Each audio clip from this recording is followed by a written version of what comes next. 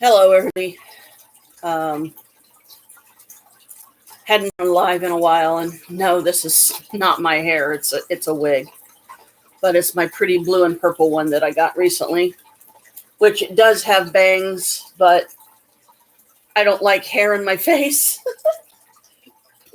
so you'll probably see me doing this a lot throughout the live, brushing it back from my face.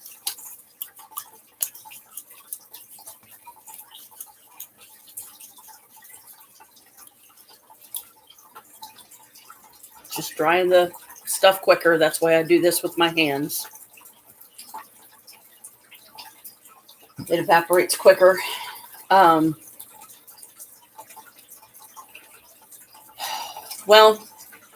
hey, Squeaky. Today I want to start off as a positive. Not that I'm going to intentionally go negative, but it's probably going to seem that way here in a little bit. So on the positive, I was very productive yesterday and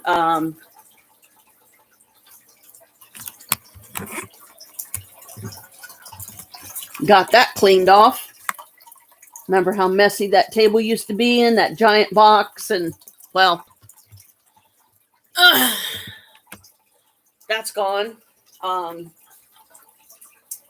I really cleaned this table off yesterday. I cleared all the stuff that was in front of me that was keeping me from being able to like stretch out my legs and stuff when I need to, because, you know, I do have knee problems. So I do have to stretch out my legs sometimes because my knees will start hurting. So you'll catch me, you know, going like this. Well, you can't see my legs, and I can also do this. Let me get situated here. I can put my footrest up, which I haven't been able to do in a long time. So yesterday, you know, I was really productive. I got a lot done. Just even getting one section done, like I got this table done, is a big deal to me because I was exhausted by the time I was finished. I threw away several boxes, especially that big, huge monster of a box that was just a mess, you know. I mean, the thing had been sitting there what seemed like for years, you know, and probably was. You lose all concept of time when you put stuff in boxes sometimes, and it takes forever to find stuff. But then also part of the fun is finding stuff that you've been looking for a while. And when you find it, it's like, oh, that's where that went. Or, oh my God, I've been looking for this, you know, always, always, always. And plus, you know, the kitty cats like to go under the footrest. I don't know why. I don't think they can get back under the couch this way. I think they have to go behind the couch. And even then, I'm not sure how well they can get back there. But also on a positive, I finally did find a book. I've got Kindle Unlimited for 3 months free, and it's only $11.99 a month after that. So I think I'm going to keep it because it gives me unlimited access to unlimited types of books for varying different reasons, interests that I may have, you know. And right now, a big part of my interests are self-healing, especially more specifically, healing from growing up in a dysfunctional, broken home.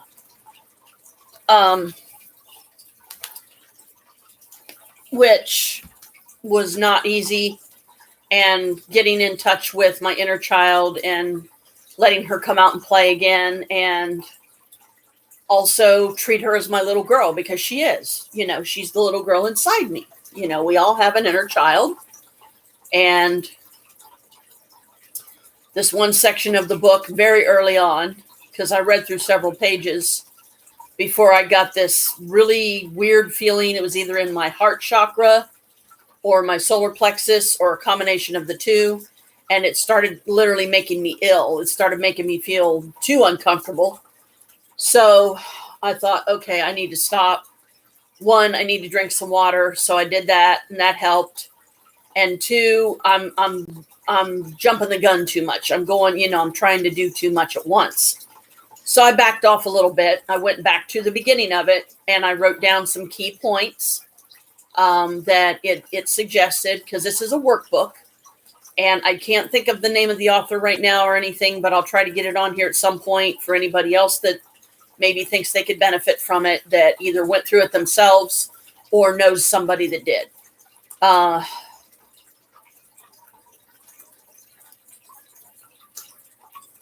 Part of how I'm getting in touch with my inner child and getting to know her again and to comfort her and reconnect with her and stuff is, and this is a lot of you are probably gonna laugh at this, but hey, go ahead, just don't do it in a hurtful manner is all I ask. But I'm gonna get a Barbie house. Yep, you heard me right.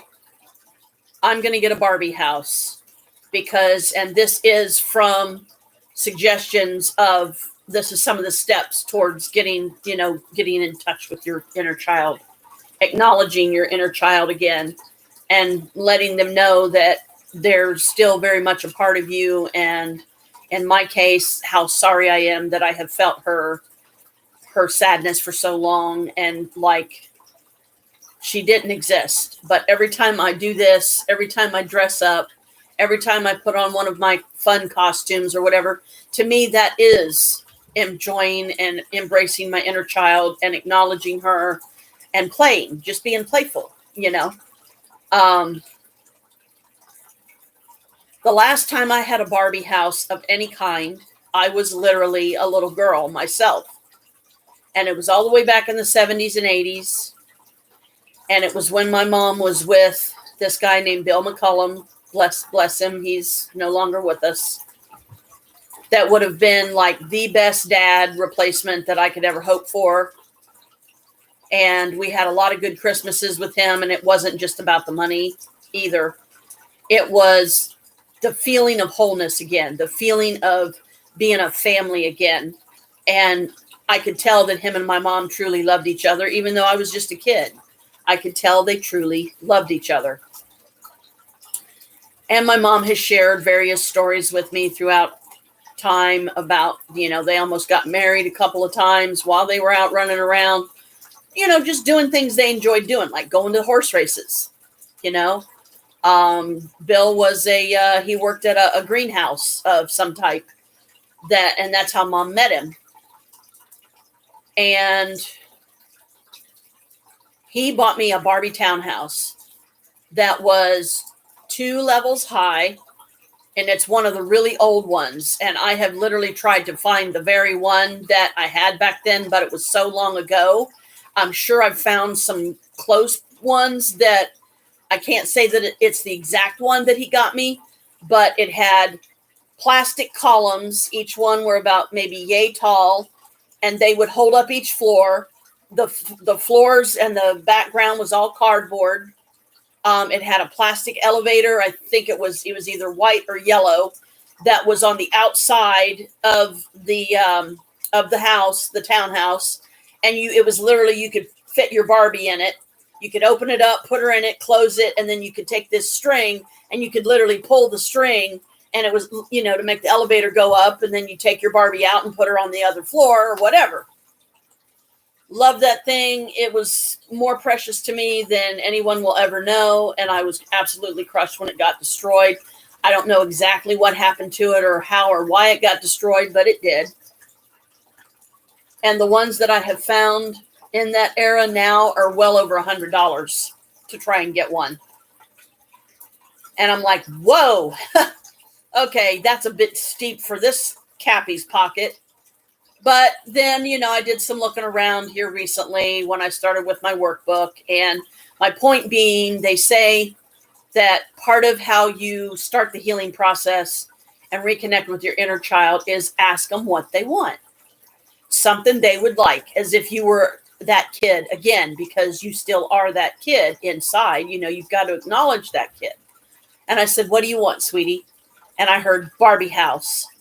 because the one that we had that got destroyed, and I don't know what happened to it. I said, okay, I'll tell you what. And I said, let me finish up, because I was writing down some of the key points of the workbook and how to do some different things, how to start out with it. Doing it, step by step, because you can't rush. You can't just dive in and just read the whole book through, and then, because you're going to mess yourself up.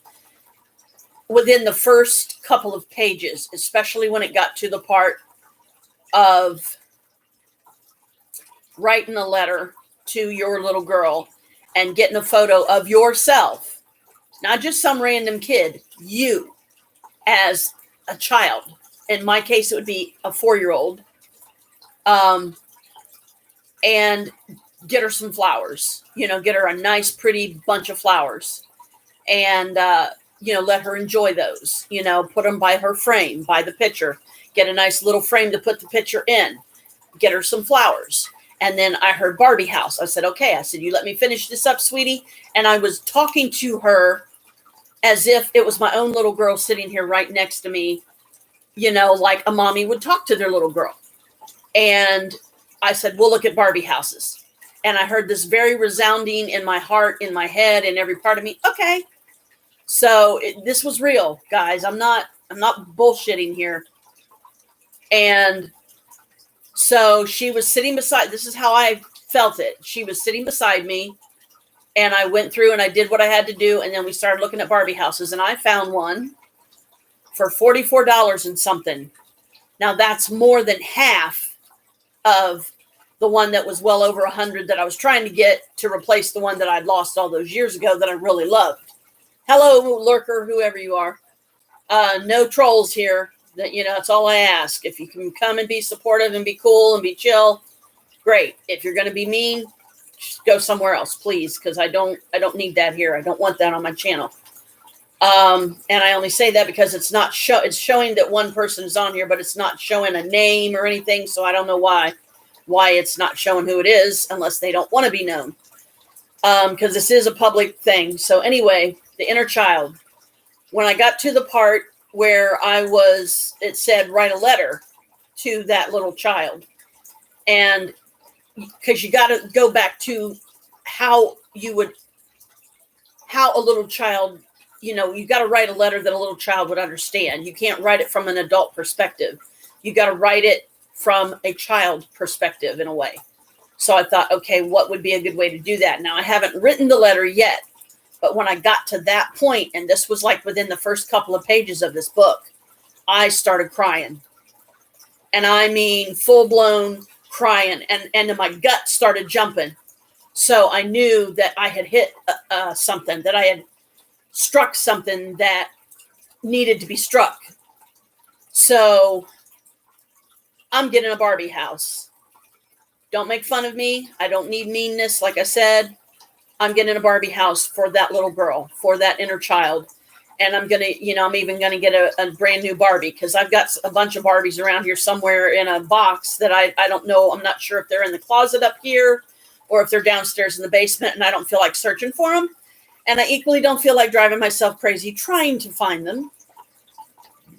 So it's like, you know what? We're getting a new Barbie house. I'm going to get us a new Barbie too. And again, I saw this little girl going, yay, like she was like so happy. And this little girl is me. This is the things. This is how you start the healing process, through this book.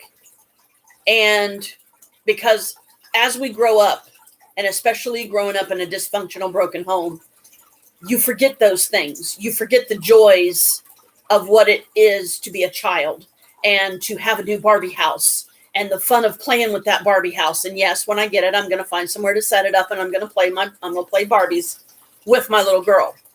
I'm even going to get one of the little Chelsea dolls. So guess what? I'm going to have an adult version of me and the little girl. It makes perfect sense to me. So once I'm getting that established, then I will move on to the next part, and then so on and so on.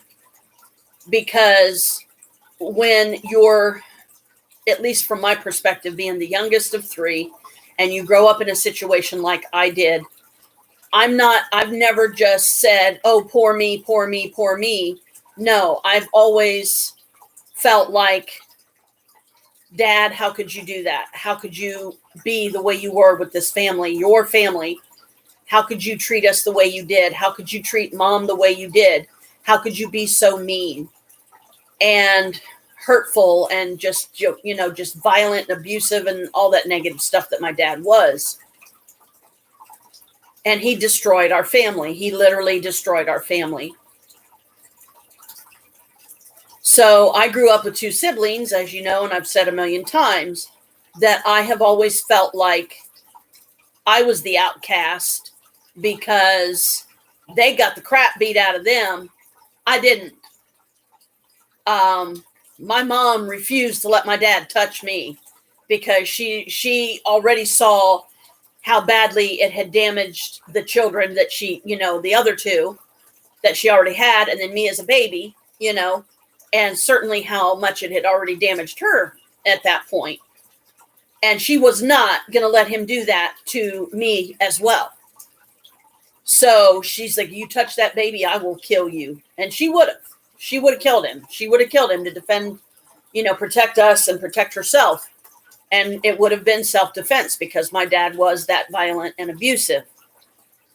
He would beat my mom. He tried to break her back one time. And all she was doing was bending over the bed or something to change one of the kids. It wasn't, I don't know if it was me or which one of us it was, but she was trying to change one of us kids. So we must have been a baby at the time. And, he was literally trying to break her back. And she managed to twist herself around in such a way that she stopped him from doing it, thank goodness. But there were times when she said the only way she could get him to stop beating on her and abusing her was she literally took a beer bottle that he had left sitting around, in one of his drunken stupor rages or whatever the hell it was. She broke the bottom off of it, and she held that sucker with the death grip. And she was telling him, you come near me and I will shred you. And he said, well, you would, wouldn't you? And she said, you're damn straight. Because he was asking for it. He was being abusive for no reason. She wasn't doing anything. She was changing one of us kids, for God's sake. And, there's many other horror stories that I know I've talked about. I'm not going to repeat. But anyway, so I'm starting on my own road of recovery and healing from all that trauma that I suffered, that my brother suffered, and my sister suffered, and my mom. It's never been about me. I'm not the narcissist in the family. Naomi's a narcissist. Oh, hell yeah. Straight up all over the fucking place. Carl, borderline, kind of that way. Dad was definitely a narcissist. I don't want to say Mom is. If she is, I don't think it's intentional, really, or maybe she doesn't realize a lot of times what she's doing. I mean, the poor woman is 93 years old. I mean, give her a break, right? There was a lot of horrors that we all suffered and we all went through as this whole thing was going on. And we survived it, though. We're still here. Dad's not. His cuckoo for Cocoa Puffs took him out. And it's sad. I wish Dad would have been a better person. I wish he wouldn't have been that way. I wish we could have been a loving family. I really, truly do. But I also, there comes a time when you realize you can try to change others, but until and unless they choose to change, it ain't never going to happen. So don't waste your energy, effort, and time trying to change them. Instead, working on changing yourself, because that's the only way any kind of change is going to happen. You have to do it. And you have to be willing and you have to stick with it. You have to commit. Don't just start it and then stop, because you have an inner child to think about. You have a whole lifetime that if you had the tools and everything back then that you have now, it would have been a lot better to get through it. And I'm glad that we did get through it. But I also see the aftermath of the degree of destruction and trauma that it destroyed my brother. It destroyed my sister. It destroyed my sister to the point that she divorced the family and no longer wants anything to do with us. Well, that's her prerogative. That's her choice. And my choice is not to subject myself to her narcissistic bullshit anymore. I'm not going to do it. And the same thing with Carl. I have tried and tried and tried to give him tools to help us both heal, so that maybe at least the two of us can be friends and the two of us can rise above all this bullshit that we've grown up with. You know, it's like, wouldn't you rather be able to be happy again, Carl? Wouldn't you rather be able to look back and go, yeah, that was bad, but you're right. You know, attacking each other and hurting each other is not the way to go. And at every turn, the most latest why I stopped talking to him. Are you guys ready for this one? It's pretty stupid. Is over his misunderstanding that I was going to give him some pot seeds that I had ordered so that he could grow them for us. I never said I was giving them to him. I said I would bring them up there so he could grow them, because the boy can grow shit. He's got a green thumb for sure. He can grow damn near anything. I never said I was giving them to him. Okay? So I decided to try to grow them myself. And they got a few inches tall and they died. So I was like, you know what? Forget it. I don't have the resources. I don't have the right atmosphere for these right now. The right temperature, the right, you know, whatever. There's so much that these things need. I can't give them. So I'm not going to spend the money that I did to get those seeds and then go through it again. But I did give him one of the seeds, and I didn't have to do that. You know, but I gave him, not only did I give him one of the seeds, actually I gave him two, but we were pretty sure that only one of them was viable enough to grow. And I don't know if it did now or not. And I really don't care. If it did and he's harvested it by now, I hope he chokes on it. You know, I really do, because he turned on me when I thought we were finally getting somewhere. He turns on me and gets mad at me over pot seeds. Are you kidding me? Pot seeds that he himself could buy from the very place that he told me about, but I wasn't the scaredy cat afraid to, you know, give him my information for it, because you have to use a card to get the stuff. And he is so paranoid about putting any of his card information on any one of those websites, he's never going to order any for himself. So that's on him. You know, but, oh, yeah, he's completely okay with me spending the money, and then he expects me to just give him the seeds? I don't think so. You know, that it's like, okay, fine, I'll give you the seeds. Give me $65 so I can get myself some, because that's basically your attitude. You think that I owe you those seeds, Carl. Why? Why do you truly, why do you think I owe you those seeds? How many times have you had smoke when you knew I didn't have any at all, and you refused to smoke with me? So yeah, I did it myself. I did the same thing. It's like, hey, you know, takes one to know one kind of thing, maybe. I don't know. But, you know, it's like, hey, if you're going to be that way, I can be that way too. You know, so there was a lot of times when I had smoke and he didn't have any, and I just, sorry, bro, I can't help you. I don't have any, because he did the same thing to me. You know, there's been times when I have done stuff for him that nobody else did. And I said, if you don't want to pay me cash, you can always pay me with a couple of nice little buds, and I'm fine. I'm happy, because at least I'm getting paid something. I'm getting acknowledged. You're truly, genuinely thanking me for my help. Okay. And I'm trying to be as reasonable as I can. So, because I know how much of a tightwad he is with his money. I don't know how much of it he has left. I don't care.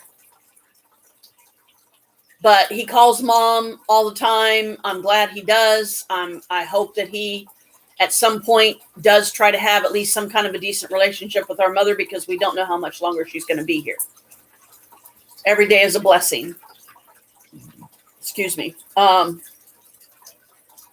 Every day is a blessing that she is still here, you know, is what I meant there. So to change topic a bit, quite recently, in the past, I don't know, it's probably been several months at least, Chris, and I'm not saying anything really, it's going to sound like I am, but I'm not. It's going to sound like I'm saying stuff against him and I'm saying stuff against the debunkers that he watches, but I'm really not trying to do that at all. What I'm really doing is I'm expressing my feelings of upset and anger that so many of the paranormal investigators that I once admired have been proven to be frauds and have been proven to fake their stuff to get ratings, to get people to keep shelling out their money. And people do it. The gullibility of us as humans, it's frightening to me, because I think of all the money these guys have. You know, they've got an easy living, you know, and they're traveling the world and going and getting to see all these cool places and investigate all these cool places and buy their mom $30,000 cars and $50,000 houses. And then the rest of us are left here to, you know, scrape bottom. And, you know, just it's an effort to get through each day. But they don't care. The money's good. They're going to keep doing it. They don't care that they're being exposed. They don't care that they're frauds. The money's too good. They're not giving it up. And that makes them, sadly, that makes them greed monsters, in my opinion. All they care about is the money. They don't truly care about true paranormal investigating, or they would come clean. They would say that they're frauds and they would find another line of work and stop taking people's money. Because let's face it, there's people out there all over the world that's pooping $100 bills. I'm not one of them. That they can shell out hundreds of dollars to these guys. And, you know, these guys are living in $50,000 homes and driving fucking Mercedes Benz, and the rest of us, like I said, are scraping bottom here. I used to really enjoy watching the ones that I did, and I was a follower on many of them. I won't name any because that's not what I'm trying to do here. My point being, they gave into the greed of humanity, of how so many people give into that greed, and they don't care that they're ripping people off. They don't care that that money that those people are shelling out could be used for a much greater purpose, a much better purpose than a bunch of frauds that are driving around in these fancy cars and wearing gold watches with diamond inlays. And, you know, you can tell the stuff's real. Okay. You can just tell. I mean, at least I can when I see it on the videos. And they want you to buy these certain apps and everything through their channel because they get a chunk of the money. I'm sorry, I'm not doing it. You're getting enough money from people. You don't need any more. And so I used to love watching these guys. And when Chris started watching the debunkers, which I won't name any of them either because I have the greatest respect for them. It's a difficult job, but somebody's got to do it. Somebody's got to expose these guys. Doesn't mean that they're going to suddenly stop doing it, because obviously they're not. They're still doing it. They don't care. The money's too good. They're going to keep doing it. But it is a type of fame. I'll bet it's poorly attained and definitely illegally attained, but people don't care. They just keep shelling out the money because they like the entertainment. Because they have nothing better to do with their lives than sit around and watch these fake, fraudulent paranormal investigators. You know, it's hard to tell which ones are genuine anymore and which ones are the frauds. And I hate to say that. Now, I have quite a few friends that are paranormal investigators, and please don't think I'm dissing any of you guys. I'm not. I'm really not. Okay. My point being, the ones out there, like some of the ones I am talking about that I will not name, I stopped watching them because Chris ruined it for me. He ruined it. He, you know, by watching these debunkers and laughing at some of the ways that the debunkers make fun of the videos that they have proven are fake. And it breaks my heart that, you know, because when the truth is being shoved in your face like that, it's really hard to ignore. You know, you can't ignore it anymore. But here's the thing. Everything has a price. The question you have to ask yourself is, are you willing to pay it? Are you willing to keep paying it for the rest of your life? because the money's good and that's all you care about, and you can live pretty much anywhere in the world that you want to live, and you're going to keep doing it, and you don't care that you're ripping people off that are shelling out this money to you because they believe in you, and you're just a bunch of frauds. I mean, that's just sad. That's really, really sad.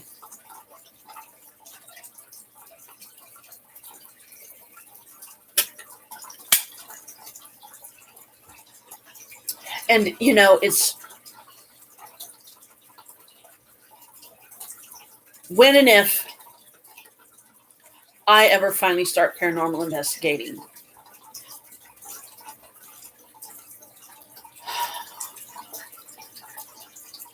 my experiences will either be genuine or they will be nothing. But I don't know that I'm even ever going to be brave and courageous enough to, even if I suddenly learned how to do it myself, upload any of them, because who's going to be the first person to cut it down? Who's going to be the first person to debunk it and say that it's a bunch of fake stuff?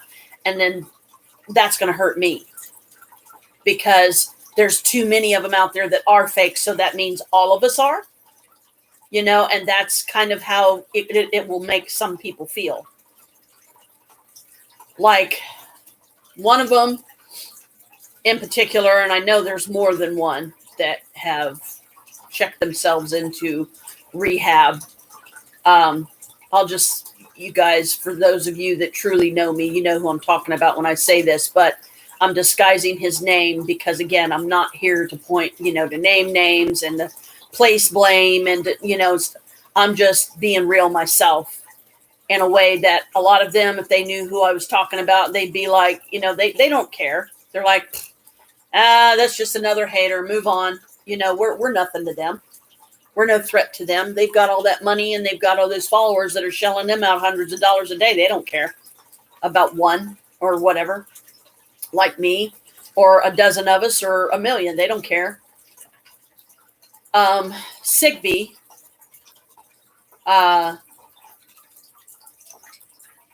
checked himself into the rehab place. And I know that those places are expensive, because my sister and her husband, while he was still living, they both went into one themselves.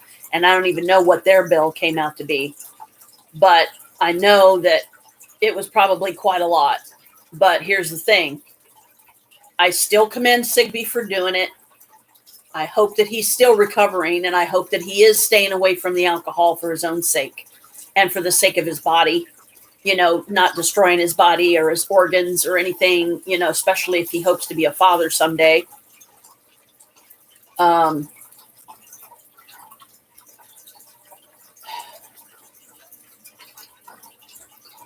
I'm disappointed, and I guess I always will be, because he is one of them that I used to admire so much, only to have the truth shoved in my face by the same man that I've been with for the past 16 years in a very hurtful way. And I'm not saying that Chris is intentionally hurting me in this way, because he doesn't know just how deeply this hurts me. And I just don't feel like he cares. He really don't care. I stopped watching all of them. I mean, I don't watch any of them anymore, because that $5 for a membership, you know, the lowest level membership of their channel, to me is just not worth having anymore, because that's $5 that may not mean crap to them, but it means a lot to me. It might as well be $20, $30, or $50, because that's money that I need for myself right now, and not to put in their pockets when they've got so many millions of followers that they just keep getting money shoved in their face every day. And they're living the high life.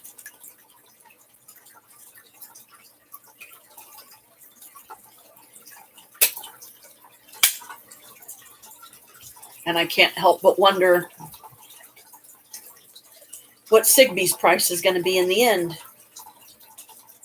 for not only continuing to deceive these people and rip them off of their money, but the fact that these people still keep giving them money. It needs to stop. It really needs to stop. And I really wish, honestly, that we lived in a world that wasn't run by such things, that wasn't run by money and greed. And, whoever has the best toys wins, kind of thing. It's really hard to get comfortable on this thing when I have the footrest out because of my short legs.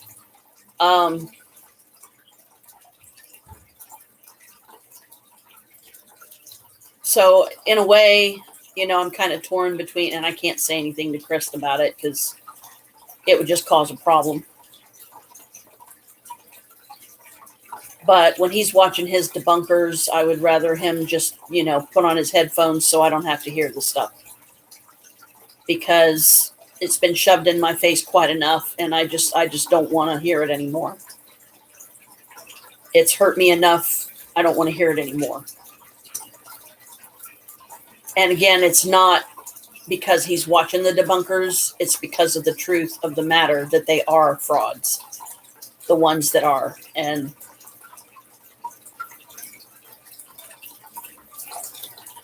the degrees that people will go to get the big bucks, and at the expense of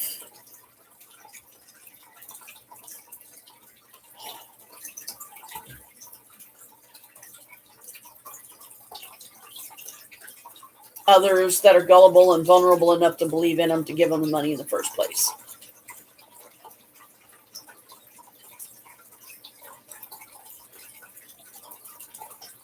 I bet tax time's murderous for them. I wonder how many of them cheat on their taxes and try to make it like they're not making hardly anything at all so they can keep even more of it to themselves. And then, well, guess what, folks? That's tax evasion. And what do you think would happen to somebody like Sigbee and his lovely little family if they got hit and got audited and got all their stuff brought out to the front? Which one of them you think would be going to jail first? It's kind of hard to be a married man and even begin to start thinking about having a family someday with your wife when you're sitting in jail.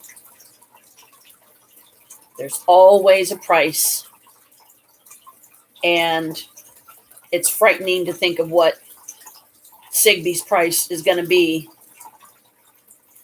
And even more frightening that he's obviously willing to pay it and don't seem to care whatever it's going to become or turn out to be. He'll pay it.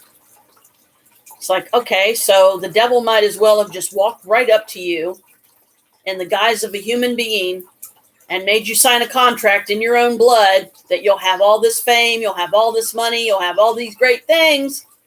But when you die, you're mine. And then you're going to not think that all that stuff was so great after all. Because then you're going to spend an eternity with me.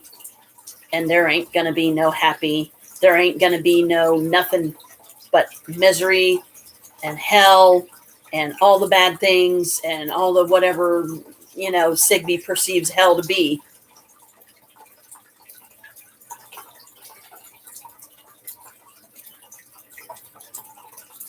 And as a YouTuber myself, all I can say is think twice before you go there, because the more money you make, the steeper the price is going to be in the end. So if you can't do it and you can't be genuine in what you're doing, don't do it. Just don't. Because I guarantee you, whatever your price is going to be in the end, you're not going to want to pay it. And you're not going to have any choice. And you're not going to be able to escape it.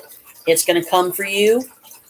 And there ain't going to be nowhere in this world you can hide. There isn't going to be any plane you can hide on. There isn't going to be any dimension you can hide in. It will find you. And it will yank you by the neck or by the shirt collar and go, come on, bitch, time to pay up. You had your fun. Now I'm going to have mine. And you ain't going to like me.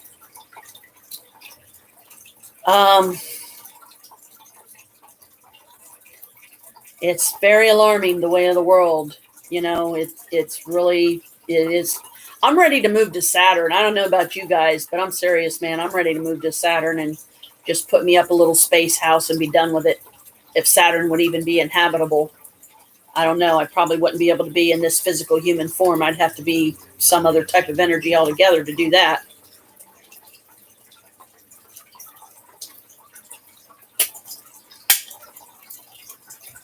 Which, whatever energy form I would have to be to do that, it's like, sign me up. Let's do it. I don't want to be here anymore.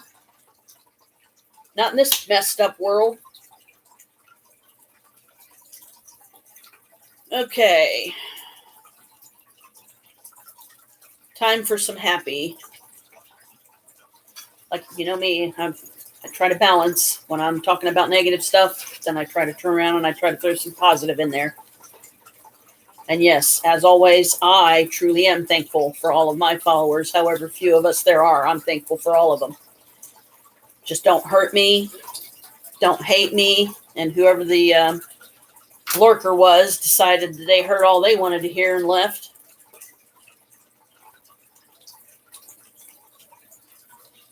Signs from the universe. Okay. Apparently I can't get into that one now.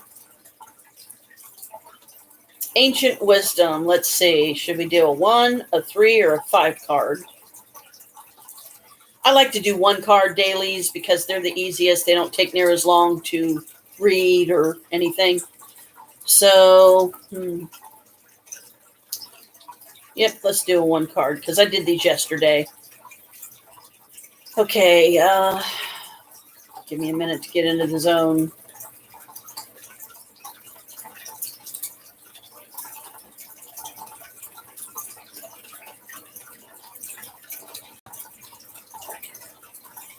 What daily message does this deck have for me today?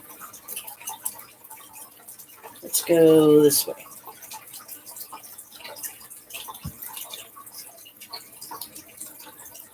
The passage.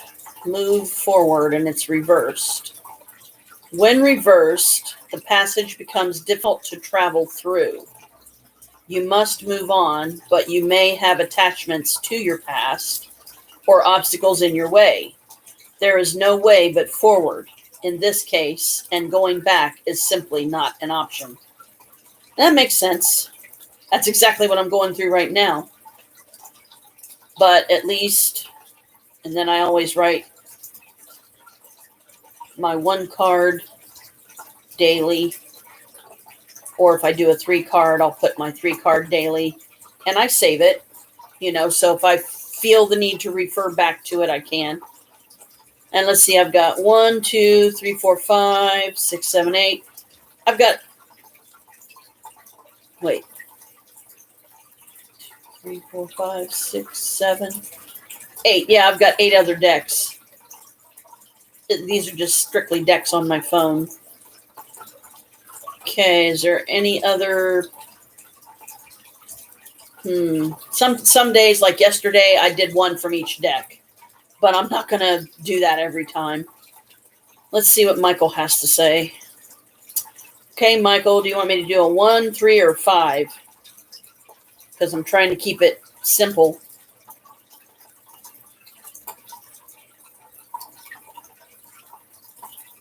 Because the one he gave me yesterday was really, it was right on the money. Okay, so Michael, what message do you have for me today?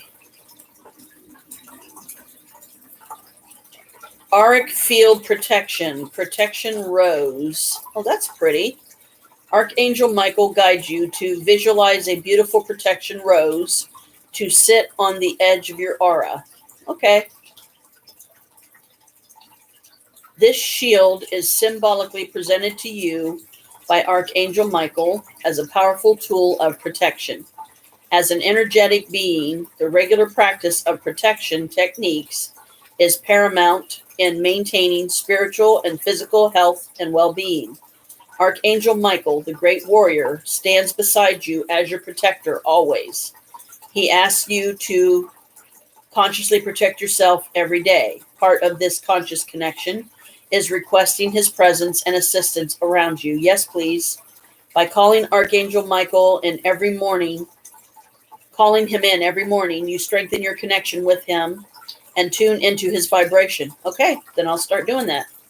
What a team you make when you work together every day, not just when you feel you are in trouble. Very true. Maintaining this connection assists you to feel secure, safe, and at ease. Your auric field is the field of energy surrounding your body. By visually placing a protection rose on the edge of your aura, you are establishing an energetic marker, which is a statement to the world that the space around you belongs to you and is safe. The rose absorbs negativity and toxic energies. Yay. Plus acts as an alarm if someone approaches you from behind or steps into your personal space. Archangel Michael will monitor your protection rose throughout the day and energetically maintain it if required. It is like an alarm system that activates his immediate presence. All right. Affirmations. I feel safe and secure. I live my life openly. I am divinely protected today and every day. Archangel Michael, go before me in love and protection.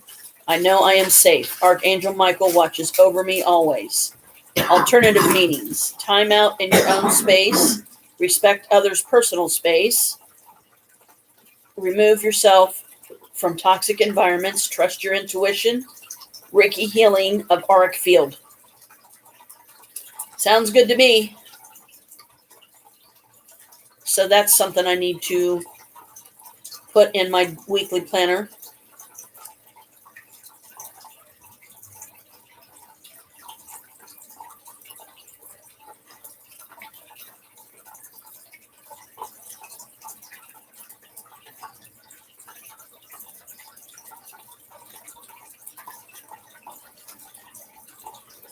And I'll do one more. Let's see what spirit animal is with me today. Okay, what spirit animal is with me today, and what is your message? Chameleon! Patience. The spirit of the chameleon is here to teach you patience. Patience is a virtue our modern world makes more and more difficult to cultivate. We want everything and we want it now. And if things take time to manifest, we become anxious, giving in to fear and frustration. Everything is a process. Everything is a process, though. Even if our mind wants something to happen overnight, it doesn't mean we're actually ready for it. If we experience time on this earth, it is for a good reason. The journey is just as important as the destination. If you are in the middle of a big change in your life, you may feel like you are trapped halfway too far to go back and not far enough to reach your goal. Trust the fact that this delay is actually what you need to integrate the experiences and understandings you are going through. Changing too fast can actually be overwhelming and ultimately counterproductive. A tree needs to grow its roots deep inside the earth so it can be nurtured and resist the wind. If it didn't, it would lack a solid base and would probably fall at the first storm. Message from the chameleon. Be more patient. Trust that everything will happen in perfect timing, not a second before and not a second after. So that's definitely a good one because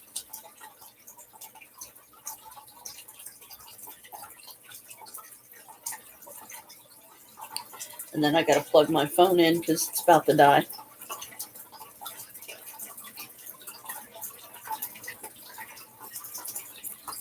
It's significant because I am definitely really bad with impatience all over the place. I have struggled with it my entire life. And we're talking 55 years, so that's a lot. But anyway, let me put my footrest down here. Because as much as I love it, it's really difficult for me to get comfortable with it because it hurts my legs.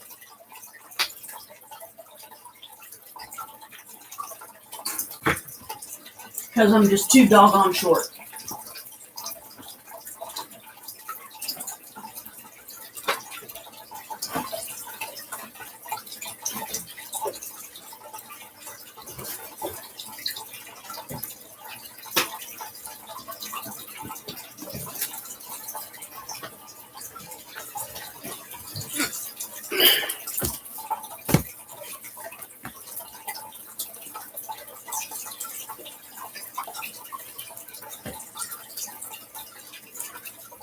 And I'll do my usuals here.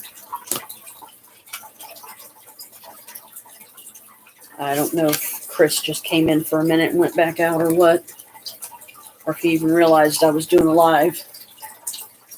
But there don't matter much really right now anyway, because there's nobody on.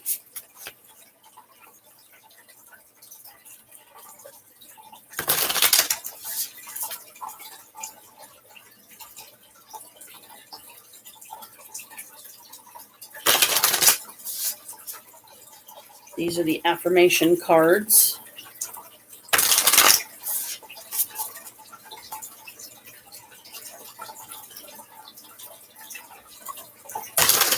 It's a nice day out today, so I don't blame him for sitting out at all. Okay, what is my affirmation for today? Power! Woo! I am strong. I am grounded. I am powerful. I am like a cross between a dinosaur and a tank, but not a tank that is used for war. I am like a peaceful, loving dino tank who feels so strong it doesn't need to do anything but be. That's adorable. So it's a cross between a tank and a dinosaur. I know you can't see that from that far away, but oh well. It's really cute. It's a Tankosaurus. That's adorable. And it's true. You know, when you know that you're powerful, you don't need to prove it. Okay, because your need to prove it, that's what can send you on the dark path, and you don't want that, trust me.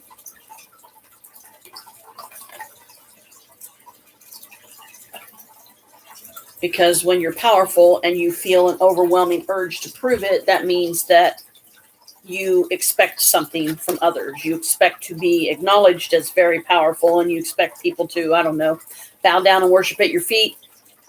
Not this Capricorn. Be my friend? Yes. Genuinely? Yes. But no, I'm not asking for worship here. I'm not.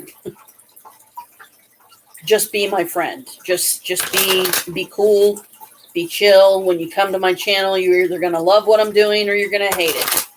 If it's not for you, then thank you for watching. I hope you find what you're looking for. You know, there's plenty of other YouTubers out there that I'm sure will fulfill whatever it is you're trying to achieve that I can't fulfill for you. I'm not here to fulfill stuff for others. I'm here to share my own experiences in the hope that it will help them find their own path.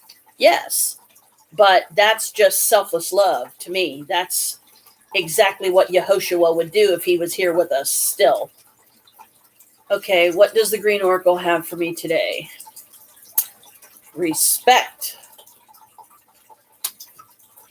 Now, there's something we don't get every day. And actually, if there was more respect that people showed for each other in the world, it'd be a better place. But sadly, too many of them don't. Okay, 36. Respect nature. A man, very small, in front of a huge mountain. The man holds a child on his shoulders, and the child points to the mountain. The last card in the deck is about respect. Respect nature does not just mean not to pollute. It is about how we feel toward it. In front of nature, we are the small things. Small things are important. Divinational meaning.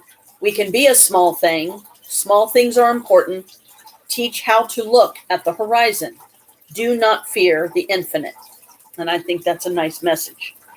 But then that's kind of what drew me to this deck, because there are no negative in this deck. There's no negative messages. Because let's face it, we're already in a world full of negativity. We don't need to add to it by being jerks and being mean to others and cutting them down and making fun of them when they're talking about buying Barbie houses for themselves. Okay, today is the 23rd. Luggage protection charm for all you lovely travelers out there that I never get to be one of. Though this may at times seem a futile endeavor, you may make a charm to protect your luggage on a long trip. To begin, in a white muslin bag, place 2 teaspoons each of rosemary, chamomile, frankincense, and lavender, and a piece of dragon's blood resin. Add a silver dime, a piece of quartz crystal, and a polished piece of tiger's eye. Tie the bag shut and focus energy into it, visualizing the sachet emanating a protective energy that surrounds your luggage, keeping it safe from thieves and from being lost. Make a sachet for each piece of your luggage and tuck it into the contents. Now that's a smart thing right there because, I don't know, because I never get to travel, but I'm guessing it's still an issue. People get their luggage lost or stolen. That's a good charm to have in each piece so that don't happen. Okay, 23rd. There we go. Oh, the goddess of the day, Bellona. This is a thing in Rome that's going on. The theme is protection, victory, communication, and strength. Symbols, swords, or athame, or a spear. About Bellona, she who kindles the fire of the sun and the fire in the bellies of warriors. Bellona is both a mother and a battle goddess, being the female equivalent of Mars with a distinct diplomatic twist. Those who call upon Bellona receive strategy, tactfulness, and a keen sense of how to handle explosive situations effectively. To do today, Romans spent today ritually cleansing their trumpets for battle and honoring the people who make the trumpets. In this part of the world, a horn not only signaled a charge but invoked the goddess's attention. So for what personal battle or battles do you need to sound Bellona's horn today? Find a horn with which to do just that. Perhaps a kazoo or a piece of construction paper rolled to look like a megaphone. Shout your battle plans to Bellona so she can respond with all her resources to help you. If you use a sword, athame, or wand in magic, today is an excellent time to take out that tool and invoke Bellona's blessing upon it. Oil and sharpen the blade, polish the wand, then hold it in your hand as if it were a weapon, saying, Bellona, see this implement of magic, which as any has 2 edges, for boon and bane. May only goodness flow through this tool, and may I ever remain aware of the responsibility for its use. So be it. So that's a good one. Thank you, Bellona. Hail and welcome. Come and hang out with us today. I don't have any wish to do anything like that. So forgive me for not doing anything like that.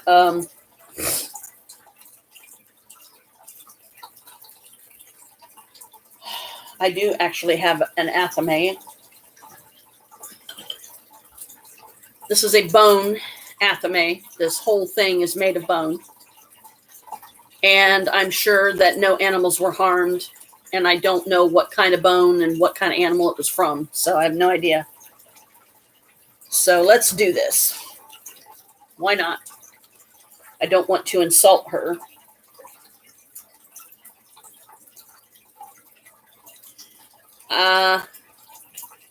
What should I oil the blade with? Should I oil it with green man oil? Or should I oil it with Capricorn oil? I do have some oils that I can anoint it with.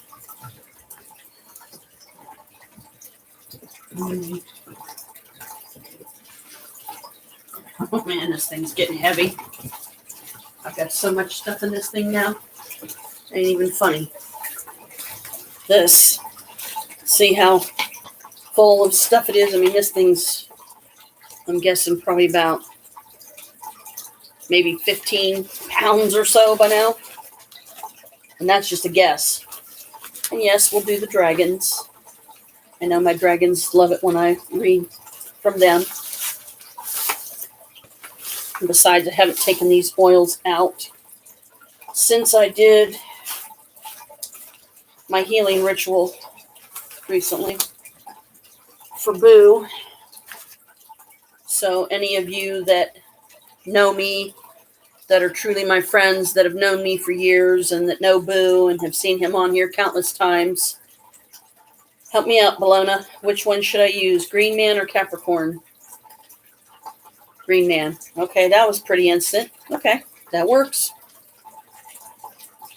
I love my Green Man oil. Got it from Pearls of Wisdom.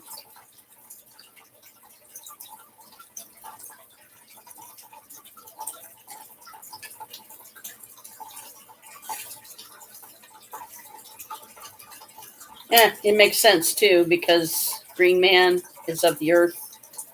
So, yeah, it makes sense. And then I can just put the rest of it on me, because the bed bugs do not like Green Man oil. They don't like any kind of scented anything. Hold it like a weapon. Bologna, see this implement of magic, which, as any, has two edges for boon and bane. May only goodness flow through this tool, and may I ever remain aware of the responsibility for its use. So mote it be. There we go. So I anointed my bone wand today in honor of Bologna.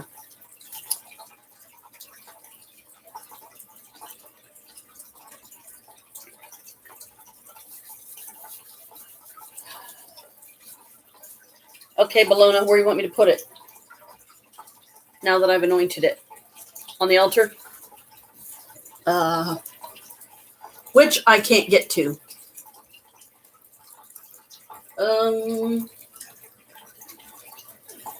Problem. I can't get to the altar. Get my hair out of my face. Well, I guess I'll just have to put it right here on the couch. I love my Green Man oil. It's got a nice scent to it. And I've been trying not to go through it too quickly either. So, hail Bologna. I will even light a candle for you.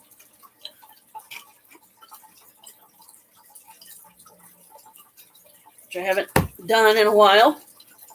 Get out of my lid, you stupid little fudger. I'll kill you. Yeah, I will. See? You're dead now. Doggone roaches. Can't even have a...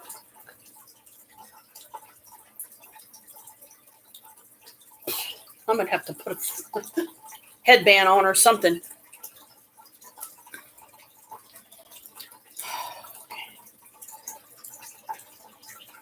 I was going to say, I know I got a lighter here somewhere. Just don't misunderstand the holder I'm putting it in. I don't mean any insult or anything. I really love this holder, and I haven't put a candle in it in a long time. There we go. I put it in my little Scully dude. Okay, come on. Stay out of my face. Ugh.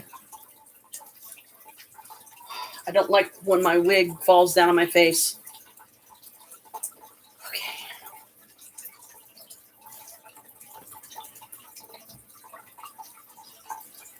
Oh, yeah, I didn't, did I? Oops. I'm so sorry. There was 3 dragons that came through when I did the healing. I never wrote them down in my book, and I never read them. And my absolute favorite, my soul guardian, which again, I know you can't see it very good because I'm not close to the camera, but my soul guardian is my absolute favorite one. Not that I don't love all my dragons equally in this deck, because I do, but my soul guardian he is my dragon counterpart. Like, he literally has all the pieces of my soul, the good and the bad. And then confidence, father time, and peace also came through. Boo is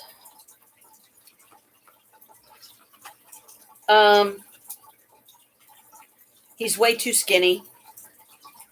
It's concerning me and Chris greatly. According to he has been eating and drinking fine, but he's just too skinny, and we think that a lot of it may be due to the stress of being around my girl cats and not getting a break from them, and they're always picking on him. And I incorporated that into the spell that they would all live in harmony and that they would stop picking on him. And I really wish that they would. I'm going to put my soul guardian up on the screen to invite him to come and be with me today and to help me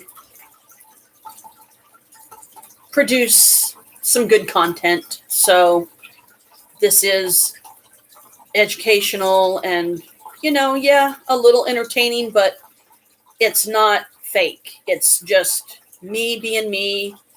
I'm not asking for anything special, really. Just don't hurt me. Don't dog me. Don't cut me down. Don't make fun of me. Don't make fun of anything I say on here. If it's not for you, then, like I said earlier, thanks for watching, but look elsewhere. Thanks for coming and checking out my channel, but don't come back if this is not for you, because I don't need the ridicule and I don't deserve it. All right, so let's see.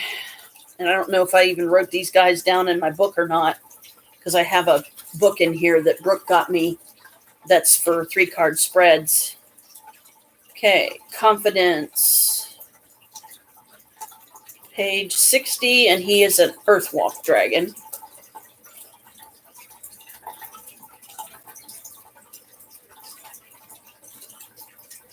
Here he is. Call upon this dragon when your confidence has taken a knock, or when you feel you are unable to trust your own judgment. He gives you the hope and courage you need to carry on.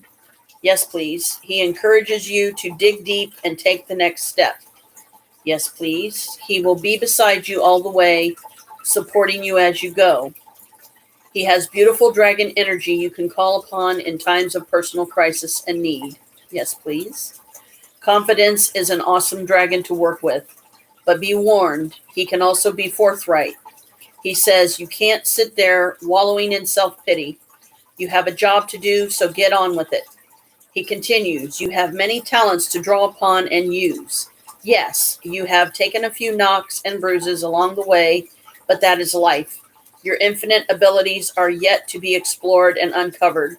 Your task now is to trust yourself, your inner wisdom, and your intuition. Follow your feelings and listen to your inner guidance. This might well be scary, and you will be taking yourself out of your comfort zone, but playing safe doesn't aid your personal or spiritual growth. If you have no idea what course of action to take, ask for his guidance. Yes, please. But remember, he is not in any way soft or fluffy. He will tell or show you what you need to know bluntly and put things in your path that you need to understand. Look for the lessons, and from there, you will begin to develop exponentially, both spiritually and personally. Let's do it. You will find your way under his compassionate guidance. Part of what confidence teaches us is that we are responsible for our own experiences, however painful or joyous. We need to learn to live, love, forgive, heal, and move on. He is probably one of the toughest dragons I have encountered, yet he is also gentle and caring. Tough love, I think it's called. Although he's straight talking, he does have huge compassion for us human doings. Bear that in mind if you get a telling off from him, dragon style.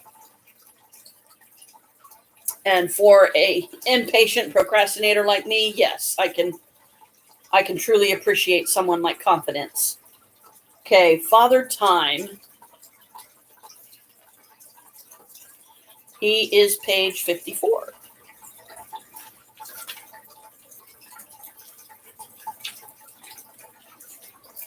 Father Time is probably as old as the universe itself. This commanding, wise old dragon will aid you to still the constant chatter of your mind and just be. Oh, yes, please. His presence supports our grounding and brings focus to the moment. His aim is that we let go of linear time, for it is a man-made concept. His energy helps us to enter the void, which is particularly useful during meditation. His message today is, now, this moment in time is a gift, which is why it is called the present. Allow all time to stop and break your habit of clock chasing, because in reality, there is only now. Let yourself sink a little deeper into the abyss of quiet stillness and let go. The man-made concept of linear time is illusionary. It only serves to fuel the doubts in your life. I am here to guide you to a more tranquil way of being, yes, please, to be fully present in the moment. He goes on to say, the stresses of your existence are often due to your preoccupation with time. That is very true. Find your point of center, breathe, and let go. Yes, please. Whether these anxieties are from a lack of time or a feeling of not being good enough, nothing is gained by being fretful. Stop setting yourself unrealistic timescales and such high expectations you can achieve without making it so difficult for yourself. You, as human doings, dragons refer to us as human doings rather than beings, fail to see that much of your stress is unconscious, as it is as natural to you as breathing. Recognize this and release it. With this quietness of mind, Father Time aids you in finding clarity in all life situations and helps you to see the bigger picture. Yes, please. Allowing you to reach a new level of understanding. And I say yes, please throughout that because that's my way of reaching out to him, even though this was days ago when I did the ritual. I love that my dragons love me so much that they do come through in times of real need and, anytime. Like I could literally do a daily dragon card every day, and I probably should. So they let me know I'm not alone. They're always there with me, especially my soul guardian. We're worried about Boo. He may be older than we originally thought. We have no way of knowing his age. He's way too skinny. He is eating, he is drinking, but he's still peeing blood. And that's scary. He's laying around a lot. He's not being very active. And we don't want him to be dying. And at the same time, we're trying to prepare ourselves because that might be exactly what's going on. Now, to make things even more interesting, even though, sorry, got an itch. Even though this was done several days ago and these guys came through several days ago, this lets me know that they are still with me. Because the next card after Father Time is the last dragon that showed up, and that's Peace. And it's also the next dragon in the book, the one immediately after Father Time. Tell me that isn't interesting and ironic, right? Peace. This beautiful and gentle dragon encourages us to be kind to ourselves, which I do beat up myself a lot over stuff, and I need to stop doing that. We frequently push ourselves too hard in our lives, whether this is at work or at home. I'm one of them.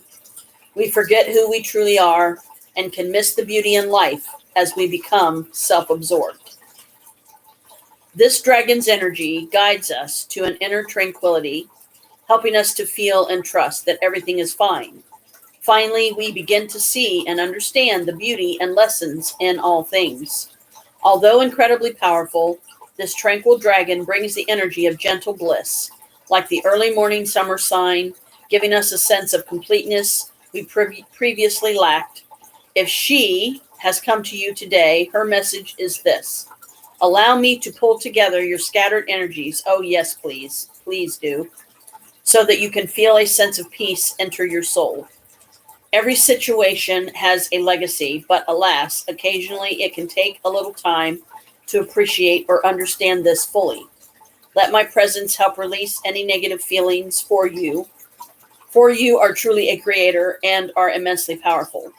By allowing peace to enter our lives, we enable our very beings to carry more light. We become beacons for others to follow, but in order to do this effectively, we must release our need for control. If life has been dull or you are feeling generally out of sorts, that would be me, call upon peace to lift your blues. Yes, please. She will support you by showing you the beauty of life and helping you to celebrate your experiences here on earth. Yes, please do. But remember, you can only do this if you relinquish your need for control. When you do so, you will feel lighter, brighter, and more connected to the universe. Let's do it. And she's beautiful blue and purple, and those are two of my favorite colors. So I'm sorry it took me so long to read your messages, my dragon friends, but at least I finally did. And I read them online. So, and let me check my book to make sure I did write them down. Because that book is this one. It's the small one down here. No, I don't think it's that one. I think it's this one. Boy, I can tell what book it is by feel. Isn't that weird? Yep, wait. No, I didn't. Oh my. I didn't write them down. Woo! I'm glad I checked. Holy mother of wow. Okay, guys, I'm glad I checked. Thanks for reminding me to check. Because I almost put you guys back in the deck and thought I had written you down in the book, and I didn't. Where's my pen? Here, let's do this one in red. If there's enough ink in here, that is. Might not be.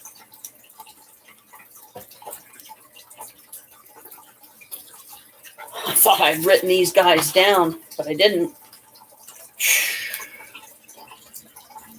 Okay. I don't remember the date that I did that spell for Boo. Okay, so we have confidence. Oh, yeah, I do. I can go back in my planner.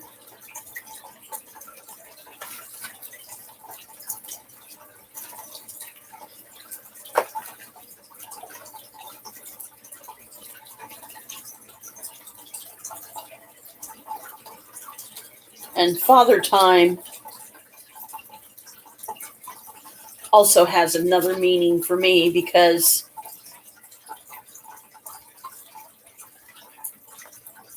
my particular card, and genuinely any deck that has a hermit card, that's my card. Hello, not imaginary. Hello, secret lurker, or whoever's watching. Thank you for watching.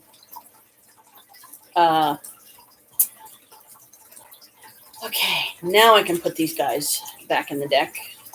I'm going to leave my Soul Guardian up, though, because I feel like having him with me is, helps kind of get me through the day. Now, okay, that's my bookmark for there. Woo!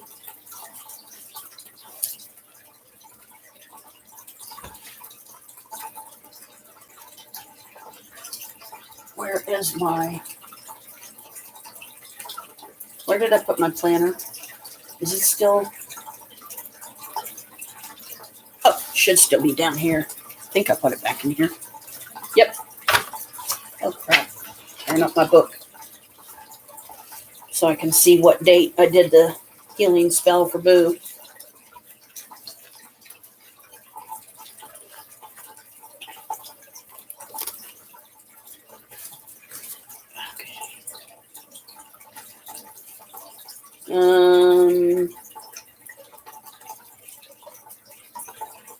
17th. Wow, that many days ago? Goodness. Okay, that was the 17th.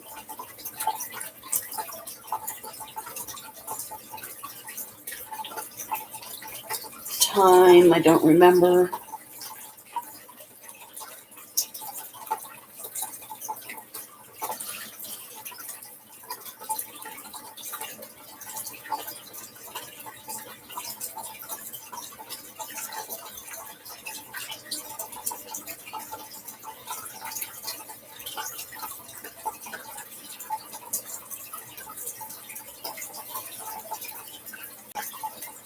All right, at least I got them in there.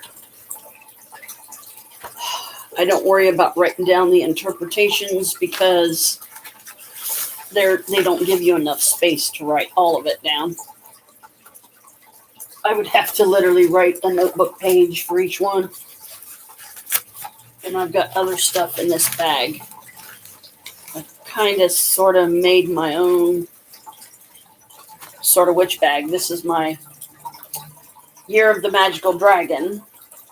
So I'm keeping it in here with a couple of other books of mine.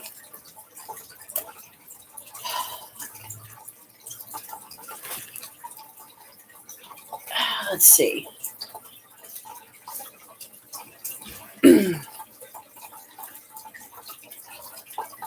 But yeah, due to the fact that my card is the Hermit card in any deck, the Hermit card, if you really look at it, it's connected with Father Time.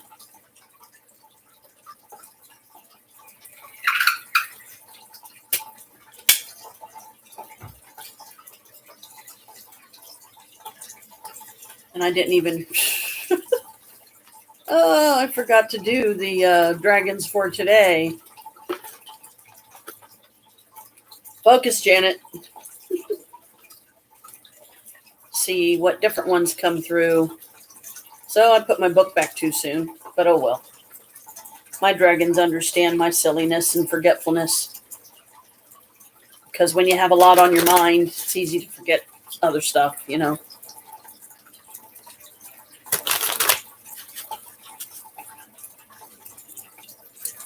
Not to mention, in my Book of Shadows, in my bag here, I've got to write the whole Theban alphabet.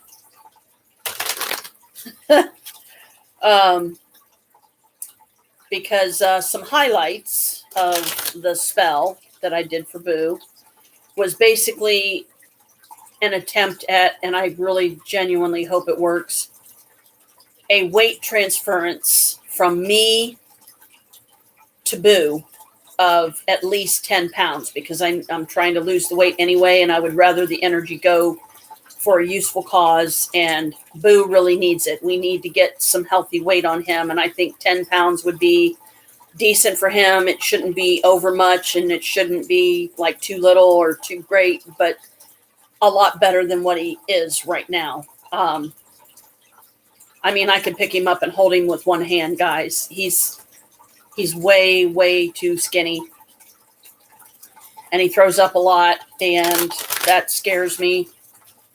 But some of the highlights of the ritual was I did it down in the basement, down in the room that I once called my own, my quiet place that I could go without having to leave the building, without having to travel anywhere, which saves on gas, saves on, having to take anything to eat or drink with you, because if you get hungry, well, pack your lunch and take it downstairs, depending on how long you're going to be down there. In my case, how long I'm going to be down there, take something to drink, something to munch on, snack on, get me through until the ritual's over. Now, the Green Man came through, bless him. And I recently started going back to wearing him by himself on the chain because he didn't want anything else on with him. I said, okay, no problem. And I've been trying to anoint the pendant of his with my Green Man oil more often, because this is a double-sided pendant. So it's his face on either side. On both sides, it's his face. It's not like flat on one side and his face is only on one side, which I like that about it. And above that, on a piece of yarn, I have my two Try that again. Moldavites. I decided to affectionately name them Sam and Dean. So I hope they're both male. After, but you know, Sam could be short for Samantha too. So,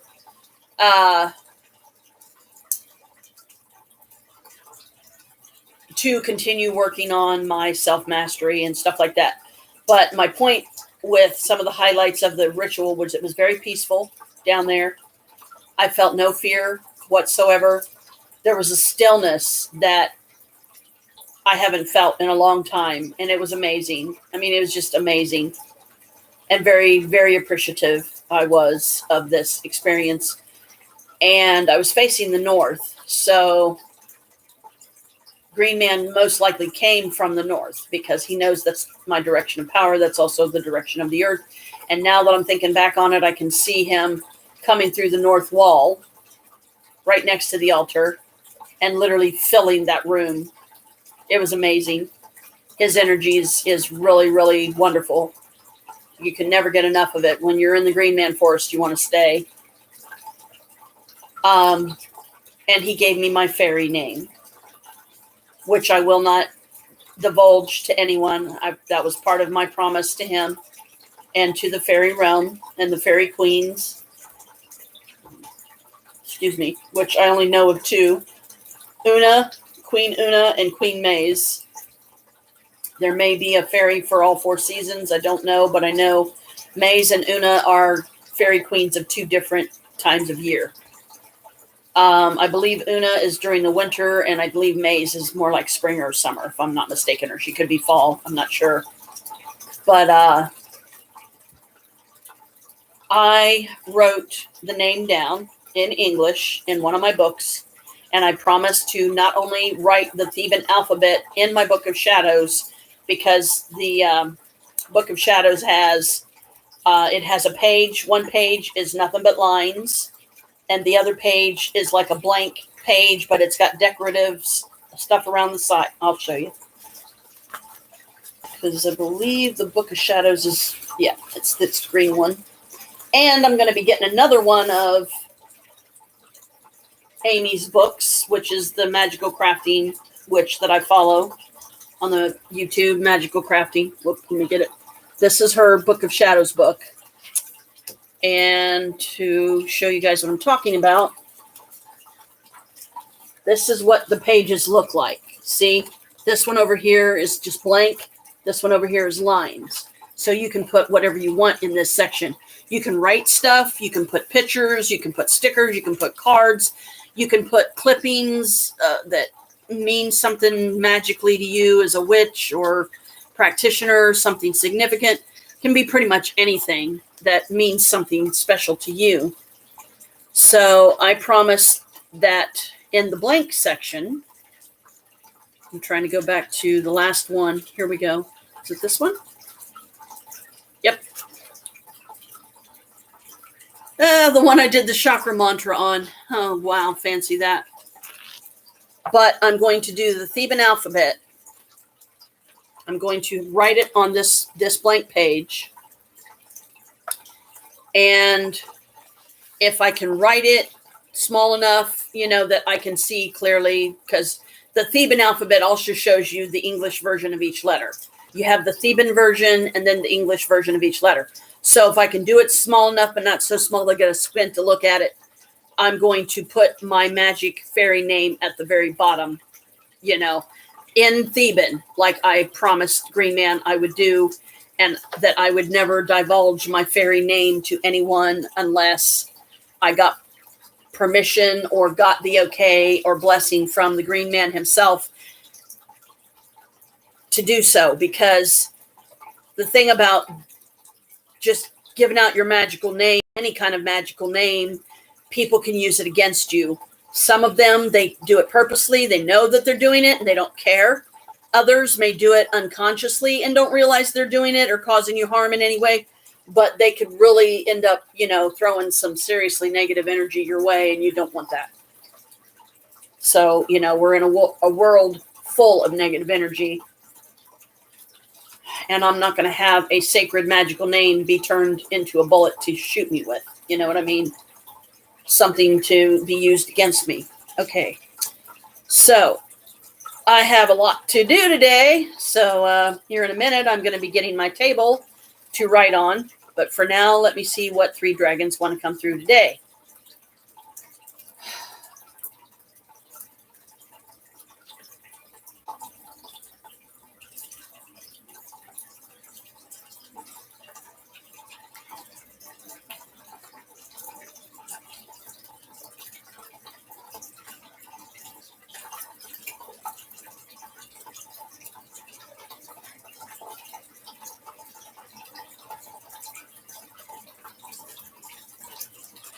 This one?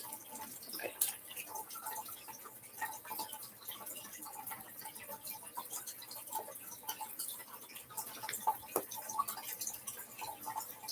I just call this my dragon deck, but it's actually called Dragon Path. Oracle cards by Caroline Mitchell. So if you really want to check this deck out, that's what the front of the box looks like. It's literally a dragon coming out of an egg. Okay, what 3 dragons are with me today? Oh, oh, that is so funny. Oh my gosh. Look at the first card that come through. It's the very one that's on the front of the box. This one's called Emergence. And then we have Spirit that came through. That's a real pretty purple dragon. And Freedom. Oh, looky. Isn't Freedom pretty? They're all pretty to me. They're all beautiful to me. They're as beautiful as angels. Because to me, in a way, they are my angels, you know. They don't have to be humanoid looking to be my angels, right? Ooh, that green man oil. Wee! It's making my hands warm. Oh, Bologna, is that your way of telling me you're here? Oh, bless you. That just made the day special right there. Okay, first and foremost, right. Gotta get my book back out and write these guys down before I forget again.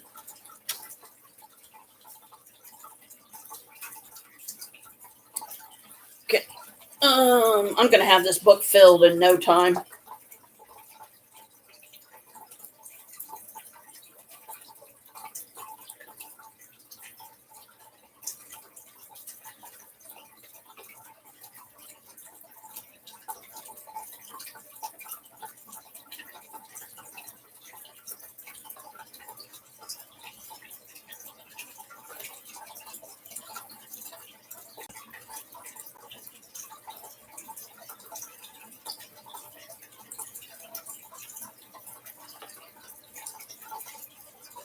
I have now just started referring to myself as Lady J.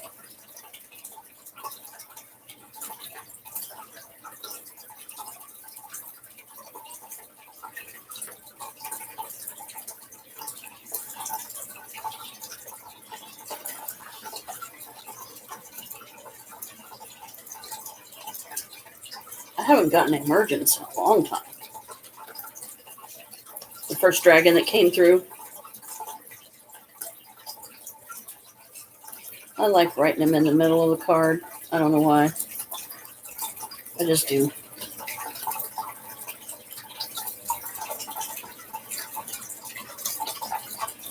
Okay, Emergence. Because I look at it this way. If there's something interpretation-wise they want me to write, it's up to me to maintain my openness, mind, body, and spirit, and heart, and all that, so that if I suddenly get the urge to write something from one of them, or a little bit of all 3, because you only got 1, 2, 3, 4, 5, 6, 7, you only got 8 lines of interpretation, and then down here, 1, 2, 3, 4 lines of notes. So we could literally use both of those sections. I have no problem doing that. If there's specifics they would like me to write down, I want to be open enough to hear them. And that's what I'm working on, is that openness. Okay, Emergence. Let's see what you have for me today, my beautiful friend. Emergence is page 73. Wow, I almost literally turned right to it. Sometimes, as spiritual beings or doings, we find our human experience on earth can be quite tough. Yeah. Listen to the wisdom of emergence as he says, it's time to reflect. You need to take stock of what you value and what is important to you. Contemplation and quietness are required. Your experiences may have been vexing. It is unwise to dwell on them, but you can learn from them. Understand those you need to remember and let all others go. From this place, a new, vibrant you can emerge. But first, you must allow yourself time to reflect. Go within to that inner place of peace and bring forth that which you wish to be. This dragon appears when we need to take a long, hard look at ourselves and how we live, what we do, and more harshly, our behavior. None of the dragons are a pushover. They all demand that we take stock of ourselves. Stop kidding ourselves and are openly honest, and emergence is no different. He gets straight to the nitty-gritty and informs you that you are responsible for your life, your behavior, and your experiences, and more importantly, how you react to them. Grit and determination are the order of the day when this powerful dragon finds his way into your cards. He finishes with, remember, you are safe with me. Your fears are nothing but paper tigers and figments of your imagination. Allow me to guide you as you find your balance and carve a new path.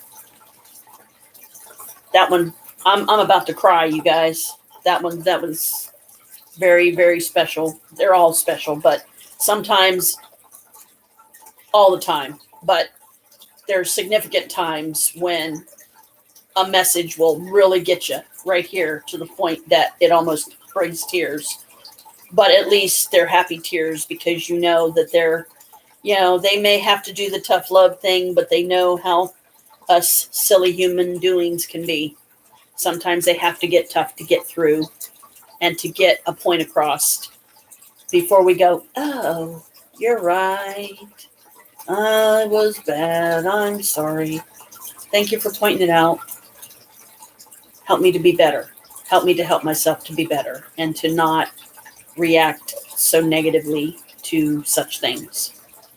Spirit, my next dragon, appears to us when we are gearing up for another steep learning curve on our spiritual path. Ooh. He connects most strongly with those who have begun to work on themselves. My healing. Oh, thank you, Spirit. My healing from a dysfunctional broken home workbook thing. And are well and truly underway with their spiritual journey. His arrival frequently precedes those whose job it is to work for the planet and humankind. The dragon spirit connects with those in particular who have embarked upon the transitional journey of deep self-healing and self-understanding, and those beginning to recognize the bigger picture within the circle of life. He reminds us that everything is interconnected. There is no separation. He says, there is no you and I as separate beings. We are all one energy. If he has swooped into your reading today, he says, call upon my energy to support you as you prepare for the next step of your amazing journey. Yes, please. You will go through a myriad of shifts and changes, self-doubt and euphoria as you embrace the next deep learning process. Please, I am here to guide you through those shifts and changes. You are a spiritual being in physical form, and you have the potential to live a soul-filled spiritual existence on earth. You are truly awesome and your own creator. So embrace what is to come on the next leg of your journey. Absolutely. If you are feeling spiritually disconnected, lost, or simply overwhelmed, call on Spirit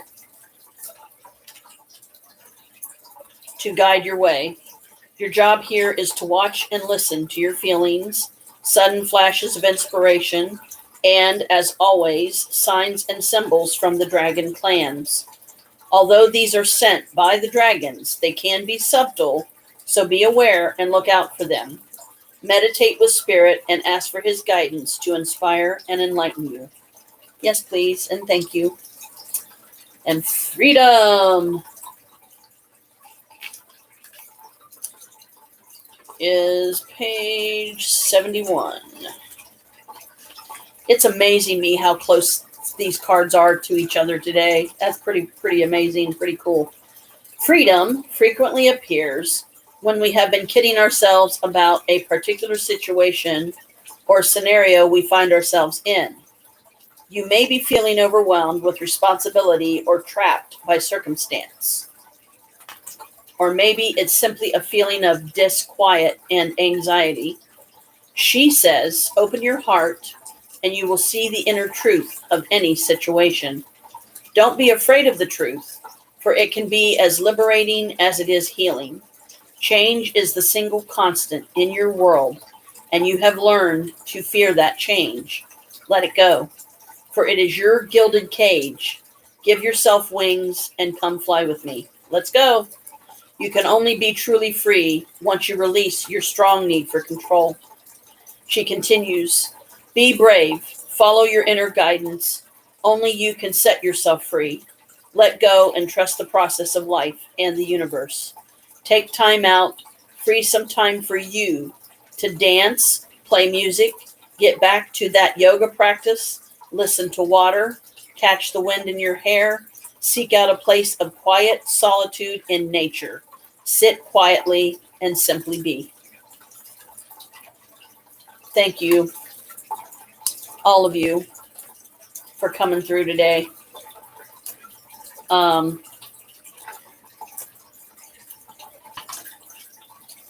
as always, the dragons are right on the money every time, meaning they're right on target every time.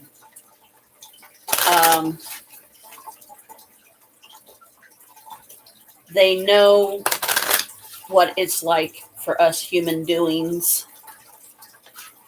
They know the silliness that we get ourselves into, the frustration of disbelief in ourselves, of, the constant, we're not good enough, we can't do anything right, beat ourselves up, beat ourselves up some more. And that is simply not a way to be. And all it does is hurt us. And that doesn't accomplish anything, because the world's full of hurt.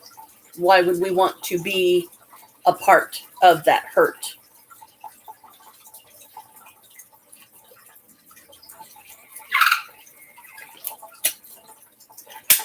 I don't know why that thing makes that funny noise. Another thing that I've been meaning to do is, this is a card that came as an extra, and I would love to get this deck. The Crystal Struck Tarot. I'm going to have to look it up and get this deck. It's in foil. Oops, I'm going the wrong way again. And it's called Pink. This one's Pink Amethyst. And it's a female, obviously, and she's a Cyclops. But you can't see. Can you see the eye there? I've been having her hanging in front of me for months. She came in the very first mystery box I got from Enchanted, which is Laurie Cabot. And yes, I'm talking about the Laurie Cabot, for those of us that know who Laurie Cabot is.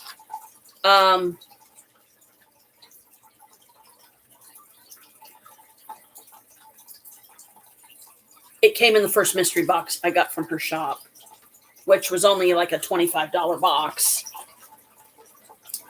And I've been meaning to tape this into my book here, but I just thought it was so pretty. And I love the pink amethyst and the fact that she's a high priestess. So she's wearing a high priestess crown with a very significant symbol in the center I've never seen before. 3 pink amethyst crystals jutting out of the top of her head or the top of the crown. And then she's holding a big pink amethyst between her hands, kind of like this. Okay. It's a very pretty card. And, I thought about cutting the rope off of it, but the rope is there so you can hang it up. And then I thought, you know what? I can't think of a better place to put it than in my book here. Normally something like this I would put on the blank page, and I can still do that. But this lined page over here, I did the chakra mantra that I have used, that I got from a chakra cleansing thing a long time ago. It was something I found online or something, I think. And it's all intonation for the chakras sounds. So because I used so little of the page, I decided, do I want to go ahead and tape it onto this page? Or do I want to tape it onto this page and then just go over to the next page to do the Theban alphabet? Yep, I think I'm going to do it that way. So that way it can literally take up the whole page here.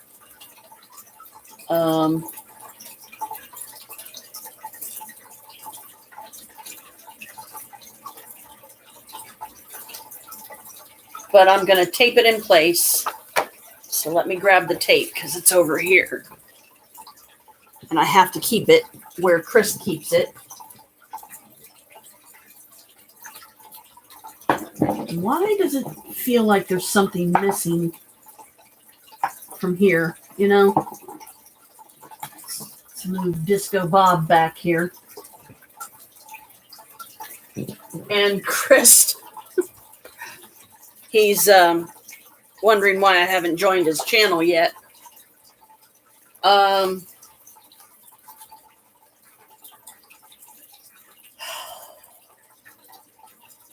And the answer to that, I honestly don't know. I guess I just don't feel a need to join it. I mean, not that I'm trying to be unsupportive or that I don't like his channel. I just don't know that there's going to be anything on it that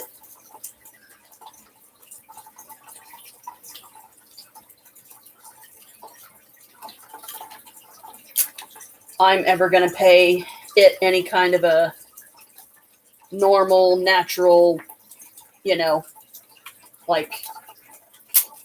consistent visit. Not saying that his content is bad. Not saying that at all.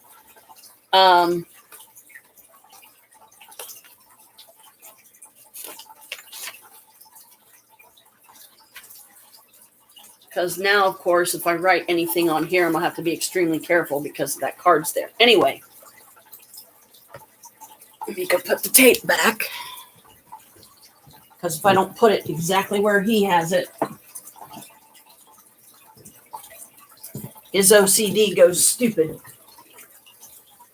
And also, I have to add to the OCD, as if that's not difficult enough, to not only understand, but, be with somebody as long as I have that has OCD, find out that he is autistic. He does have difficulties with certain things, and I still have yet to get some books on that to understand it, because when you're in a relationship with somebody that has a condition like that, you have to understand it so that I can hopefully, in so doing, develop better communication skills with him instead of the all too often misunderstandings and communications that we both suffer because I don't know how to talk to him from a perspective that doesn't agitate, irritate, or make his autism make him feel like I'm singling him out or I'm cutting him down in some way or calling him a burden or something like that because he's autistic. No, that's not what I'm saying at all. It's difficult to be in a relationship with somebody that's autistic when I myself am not.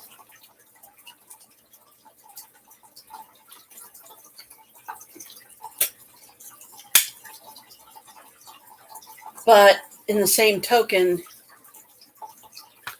you know, I'm like spending my entire life with him. So I owe it to myself and I owe it to him to learn everything I can about it so that I can at least try to develop some type of communication between us and understanding so that we can minimize, arguments and fights and, stuff of that nature, because he takes wrong what I'm trying to say because I'm not saying it in a certain way.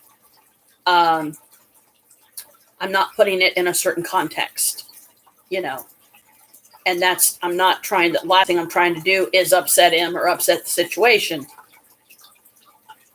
But at the same time, it seems like that's all I'm doing is, I'm endlessly frustrated, as well as I'm sure he probably is too, that you just don't get me. You just don't understand me. And that's like, we both feel that way. I feel like he don't understand me. He misunderstands what I'm saying, and I don't understand him. And a lot of times I take wrong what he's trying to say. And that's not what he's trying to say at all. He's not trying to hurt me. He's not trying to, cut me down, or he's not trying to do whatever it is I'm thinking he's trying to do. He struggles with getting me to understand how he's trying to communicate his feelings for whatever reason. So it's a work in progress.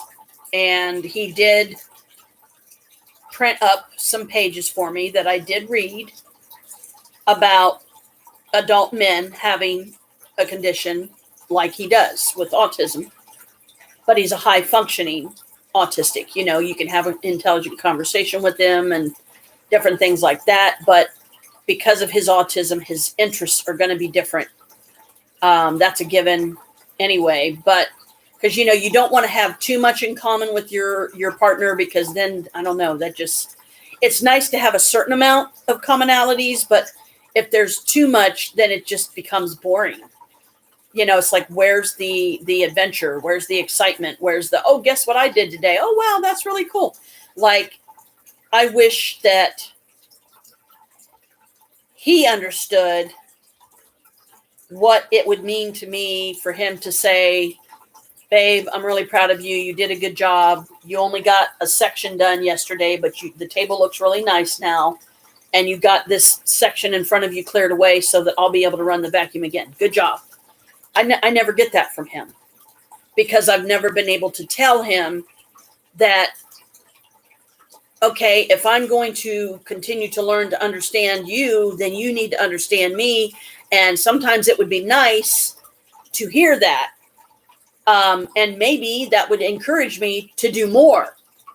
Did you ever think of that? And he just don't, it's like he has his own wavelength that he thinks and thrives on, and the way he perceives things, which are different than the way I perceive things. And we need to bridge that gap, because, it's already been 16 years and we're still having this issue. This is why so many relationships fall apart, because if both partners aren't willing to go all the way in the sense of, help me understand you better. Help me understand, where am I going wrong? What am I doing wrong? What am I saying wrong? Why do we keep having this discussion? Why do we keep having these endless, pointless arguments, when if we could just have proper communication with each other, there wouldn't be any?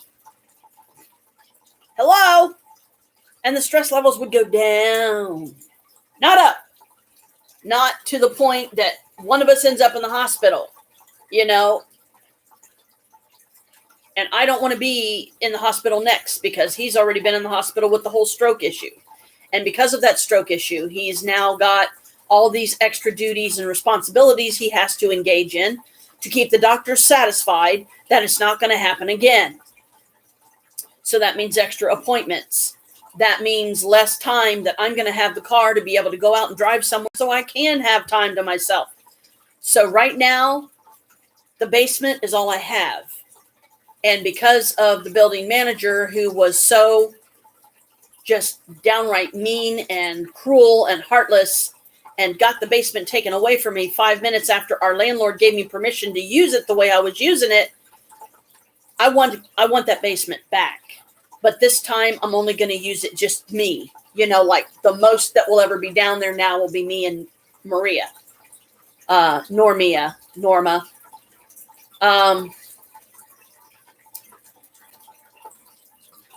And it's only going to be for times of quiet, for rituals, for prayers, a place that we can go that we don't have to leave home.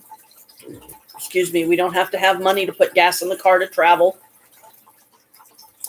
I try to make it a point to take my phone with me and make sure it's like set on vibrate or something. So that way if vibrate goes off, yeah, it's still going to startle me, but it's a lot better than the ringtone going off and then just making me angry. And then that upsets the whole atmosphere of peace that I'm trying to maintain down there. Not going to smoke down there because that was causing issues before. And we have a new person that's living up here now. So I don't need pot smoke to be drifting into his house and then I get in trouble for it. Or get, yelled at or griped at, or, you can't do that or blah, blah, blah, and I definitely don't want the cops here because of it or something like that either, because then it makes me feel like they're singling me out for nothing, because it's not like I'm down there having a drug party or something. It's not like I got a bunch of juvenile delinquents down there smoking with me, or I'm selling it down there in the damn basement. I mean, give me a break.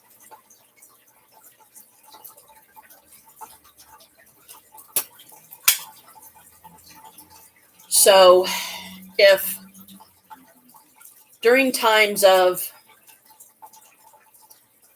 extra doctor visits, like I know Chris has one today, and I think he said it's around 3 or so, something like that, with a doctor, what the heck did he say that guy's name was?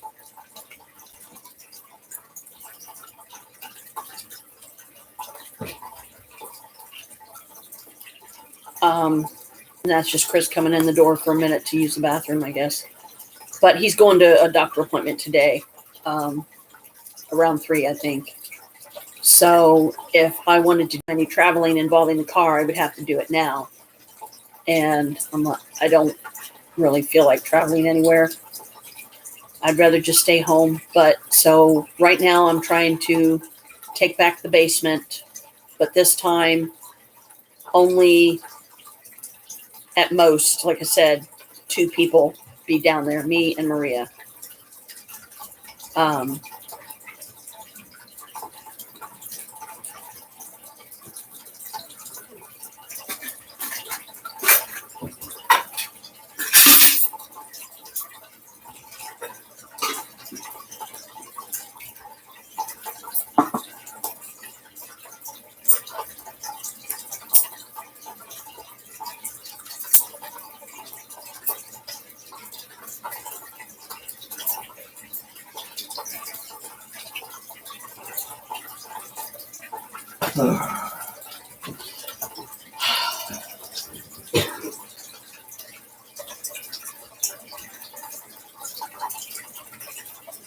No, you're fine. I'm just trying to think.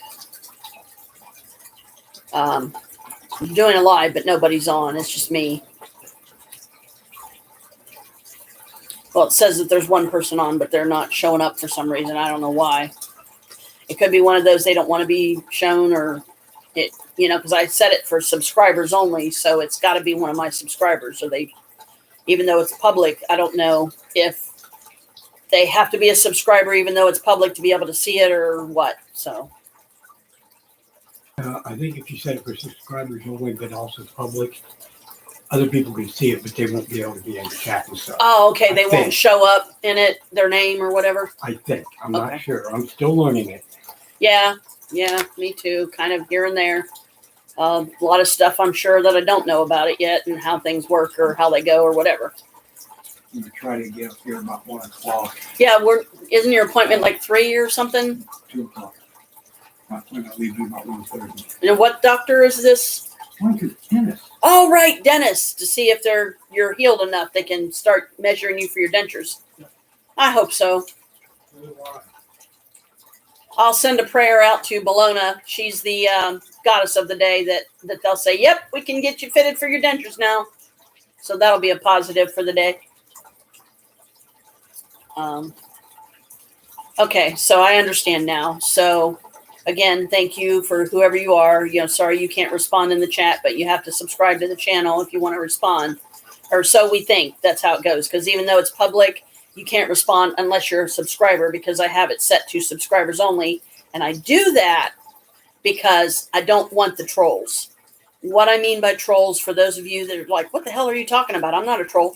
Trolls is a name that us YouTubers put on, or at least some of us put on the people that are the ones that come in, they cut you down, they talk badly about your channel, they think it's a bunch of bullshit, they think it's a bunch of hooey, they think it's boring, that, oh, who's this fat chick, blah, blah, blah. And I don't need that on my channel. I don't want it on my channel.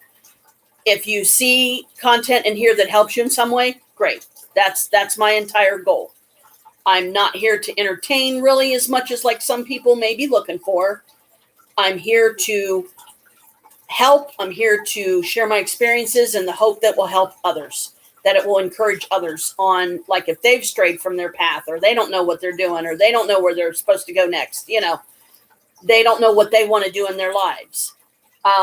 Start with yourself. Start with healing yourself, even evaluating yourself. Do I need healing? Am I truly happy in my life? Are there things that I'm not happy about, but I just kind of keep it stuffed down? Don't do that. Just trust me. I speak from experience. Don't do that. Because sooner or later, you are going to be a time bomb, and someone's going to light your fuse, and you're going to go off, and you're going to hurt somebody innocent. And then that could just cause a whole myriad of nasty you don't want. Trust me. I am starting my journey of healing from a dysfunctional, broken home. Now, yes, I can absolutely talk some more about that. If that's something that you yourself are going through, it's nice to have somebody out there to connect with that's been through it, that had their own hell. And, don't ask me. I don't know how I got through it. I was one of the lucky ones. That's about really all I can truly say. But as you have heard, my dragons are backing me. Bologna, the goddess of the day. No jokes, please. I know that's very close to the sound of baloney. No, don't do that. That would be disrespectful and rude. And trust me, you don't want to piss off a goddess. Just don't do it. So if you're a new person, and you're trying to figure out who I am, what I'm all about, no, this is not my real hair. It's a wig. But I do love these colors. They make me happy. Blue and purple has always been signature colors that I like, that I have dyed my hair before, and it looks really good. I got a lot of compliments about it. My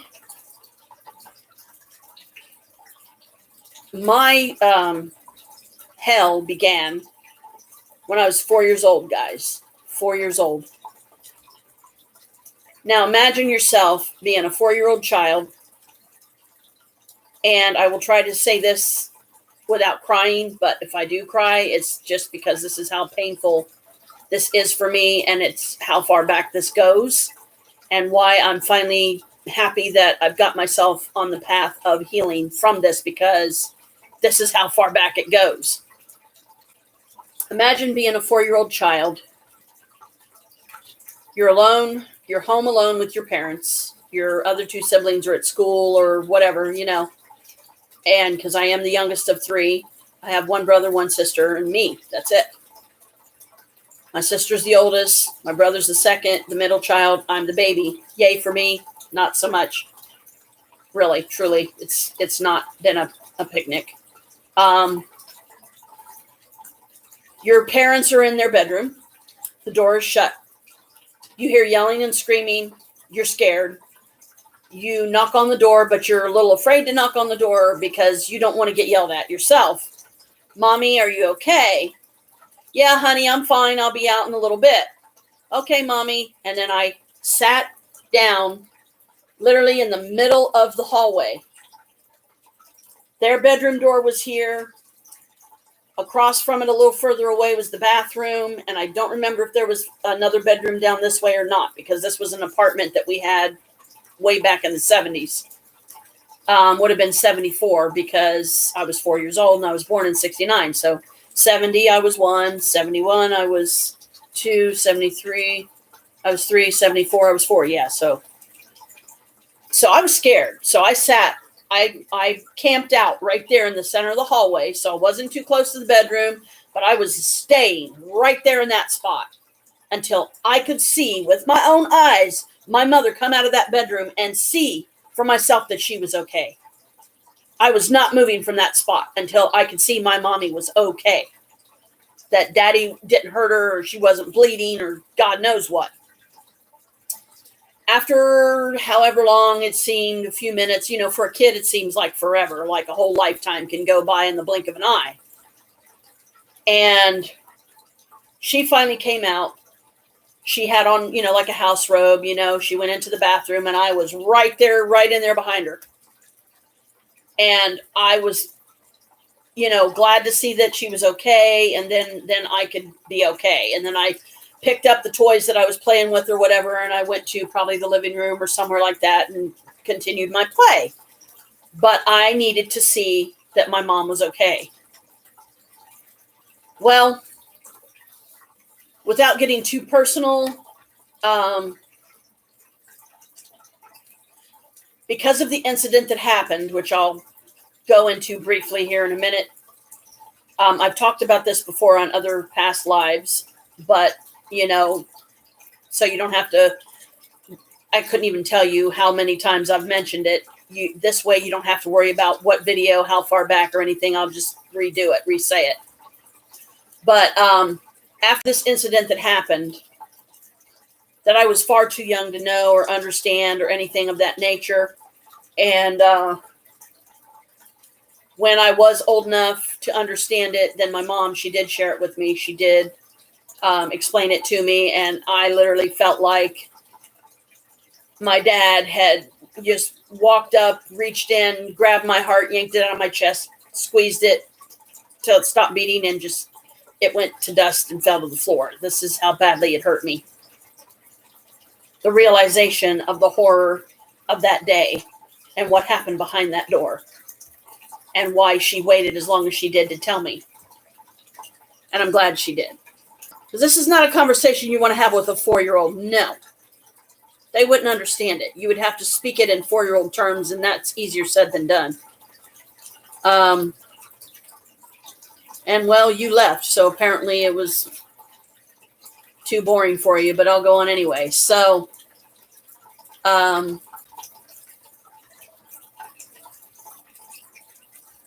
mom ended up filing for the divorce against my father, and she was granted it pretty quick because of my dad's history of the violence and this and that.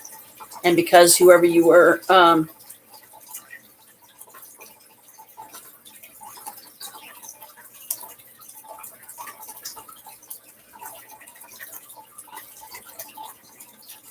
my dad, I believe, did not have the best upbringing himself. His family, apparently there was something wrong with his parentage and how he was raised, and that violence made him the abuser when he became a father and a husband. And he threatened to rape my mother that day. And that is not something that daddies are supposed to do to mommies. Daddies are supposed to love mommies, not do something like that.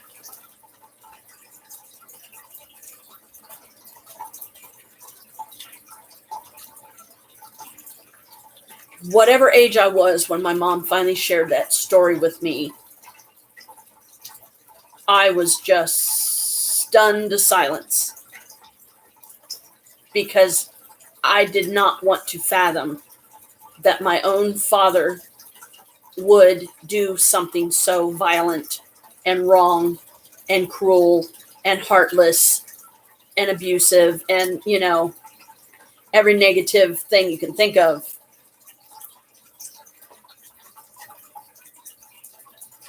I don't know how old Naomi and Carl were when my mom told them the story, and that's irrelevant. So growing up in a dysfunctional, broken home for me has been the constant battle of trying to be the fixer of everything, which is impossible. Don't do it. It's beyond our power.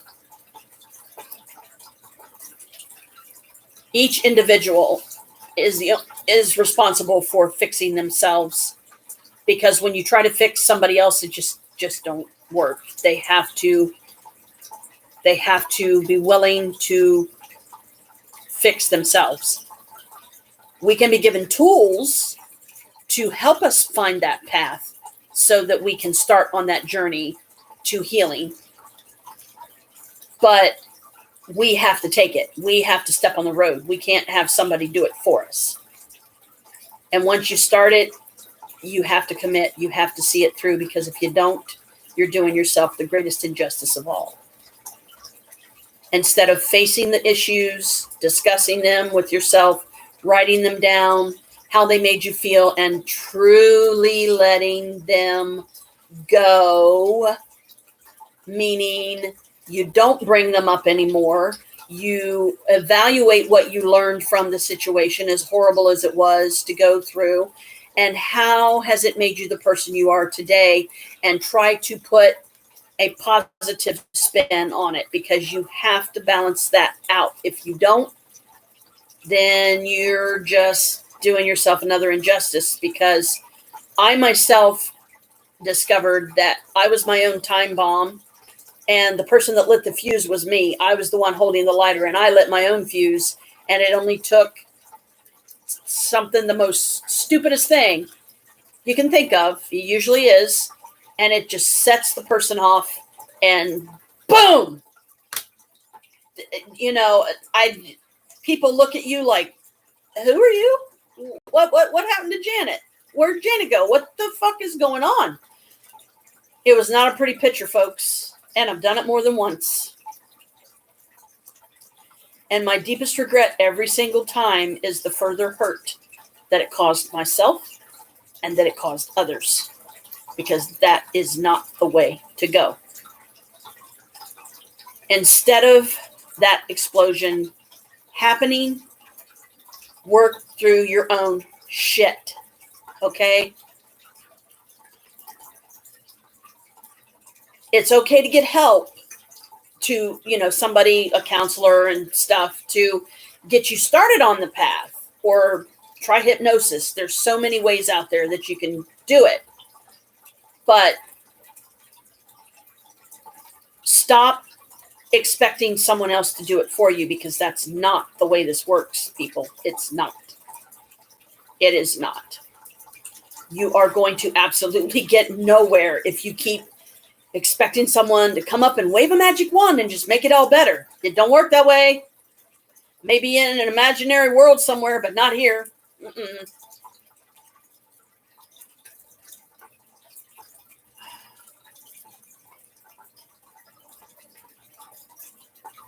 I have grown up feeling like, through this whole trauma, that I'm the only one that gives a damn enough to try to fix things, which it's not my place to do, because my own individual family members need to fix their own shit. It's not my job to fix them. They need to fix them. And if they're not going to fix them, then nobody's going to fix them. I can only do me. I can only fix me and how I react to things, and try to keep my energies balanced. And when I talk about a negative, I try to put in a positive, because it is so easy to get overly focused on one or the other. Get overly focused on the positive, get overly focused on the negative, and then again, you have no balance. Therefore, it can get so bad, not that it's not a good thing. I mean, if you can keep it on a more positive, great, but you still have to have that balance somehow. Okay? Don't ask me how, because with each individual, it's going to be different. I can't tell you the name of the book that I'm currently working out of, because in order to do that, I would have to kill the live stream. I'd have to go on Amazon. I'd have to look it up, write it down, write down the name of the author, write down the name of the book, and then come back on and do another live just to give the title. No, I'm sorry, I can't do that. But what you can do, you can look in the library, you can look online, you can go to Amazon like I did. My book that I'm working out of right now is through Kindle, which I have unlimited Kindle right now, which is good, because I think I've already decided that, I've got it free for 3 months, which is wonderful, because that gives you 3 months to look at other books too. It doesn't have to just be one particular type of book. But, I can't wait to get out there and see what other ones are available. But right now, I need to focus on this book. I need to focus on this healing that is long overdue, that is 55 years in coming, so that I can be okay. And as people see me evolve and grow and change and be the best me that I can possibly be through this experience by using this book, my hope is ultimately, and always will be, that it will encourage them to do the same for themselves. Okay. Now, if you're great and your life is wonderful and everything is, I'm happy for you. You don't have a problem in the world. Hey, cool. I'm happy for you, truly. But you may know others that suffer from it. You may be in a relationship with somebody that suffers from it, and you're at your wit's end. You don't know what to do. Hey, I'm right there with you. I'm just learning myself. But some of the hardest things for me have been growing up feeling like my brother and sister absolutely hate me, envy me, and are jealous of me because I didn't get the shit beat out of me. I didn't get raped by my father. I didn't get knocked across the room, to keep him from beating on mom, like my brother did numerous times. He would purposely agitate our father so that he would start beating on him so he'd leave mom alone. Do you think our mother has ever given him that acknowledgement? No. Does that mean that I'm talking down on my mother? No. She just doesn't understand, because of her age, certainly is a big part of it. Carl's need for that acknowledgement. For him to hear mom say, genuinely, thank you, son. Thank you for doing that. I know that was hard for you, and thank you for loving me enough to do it, but it still doesn't make it right. It didn't fix anything, sadly. It may have stopped dad beating on me for a minute, but it didn't make, it didn't fix everything. It was just a deterrent that lasted, maybe a handful of minutes or seconds if you're lucky. And then he was probably right back to beating on mom again. And then Carl would probably turn around and do something else to agitate dad. So dad would change his focus to beating on Carl so he'd leave mom alone. And Carl was just a little boy when this happened.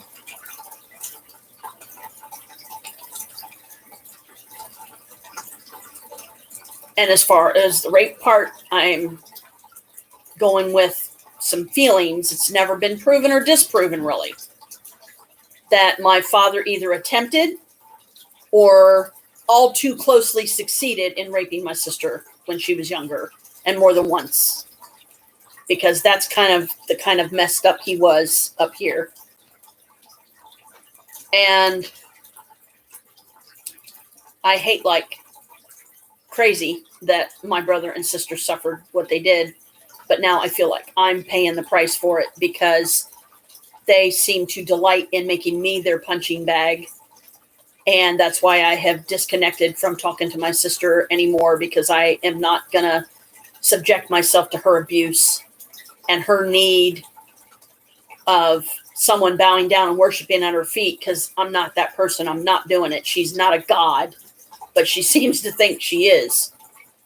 And my brother, it's the endless trying to give him tools to learn and grow, and for us to be able to move past the traumas we suffered. Because even though I didn't get beat on, my hell was emotional, mental, and spiritual, which for me is equally as great as being physically punched or knocked across the room by our Father. And I recently, some of my spirit guides came through and they said, confirmed for me, he's not going to change, Janet. We love you, honey, dearly, truly, for hoping that he would. But Carl is not going to change. He is forever going to be exactly the way he is. He is 61 years old, and he's never going to change. He's always going to be this mean, envious, jealous person of me for reasons that are just ludicrous, that are just stupid.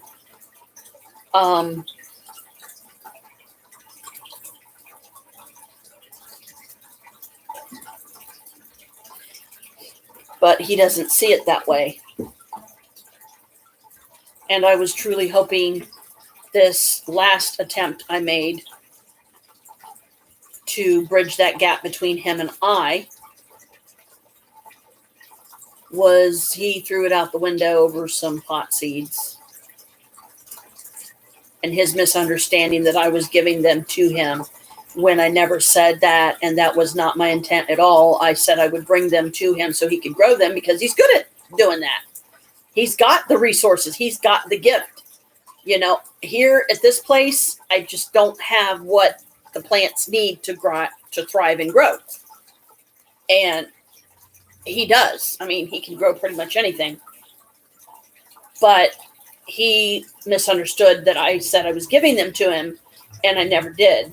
And because of that misunderstanding, once again, here we are not talking. And this hope that I had that I was finally getting through to my brother. And I actually gave him a book, as a matter of fact, that I myself own the same book. And I mean, it was a pretty simple one. Dry skin on my leg here. That was, in my opinion, it was somewhere to start. Okay. I didn't expect it to be the ideal book or the perfect one, but it was somewhere to start. Really thin, paperback, little book. I don't even know where it's at right at this moment, but I'll try to find it and I'll show it on here. I've shown it on a past live stream, and I'll try to go back at some point, go back to the other lives and see if I can locate it, and then write down, okay, look for this live stream that has this title, and I show the book in that one. So I bought 2 copies of this book. I'll say booklet because it was so thin and everything. And it was about growing, healing from growing up in a dysfunctional, broken home. And I read mine through in no time at all. And I made some connections. I made some sense of the information that it had in it. And I drove up to where Carl lives, and I gave him his copy of the book. And I said, okay, let's do this. We were going to write down about triggers. We were going to write down about boundaries. We were going to share with each other the experiences of the traumas that we both suffered and how they were traumatic for us, and learn how to stop triggering each other and saying and doing things that were hurtful to each other.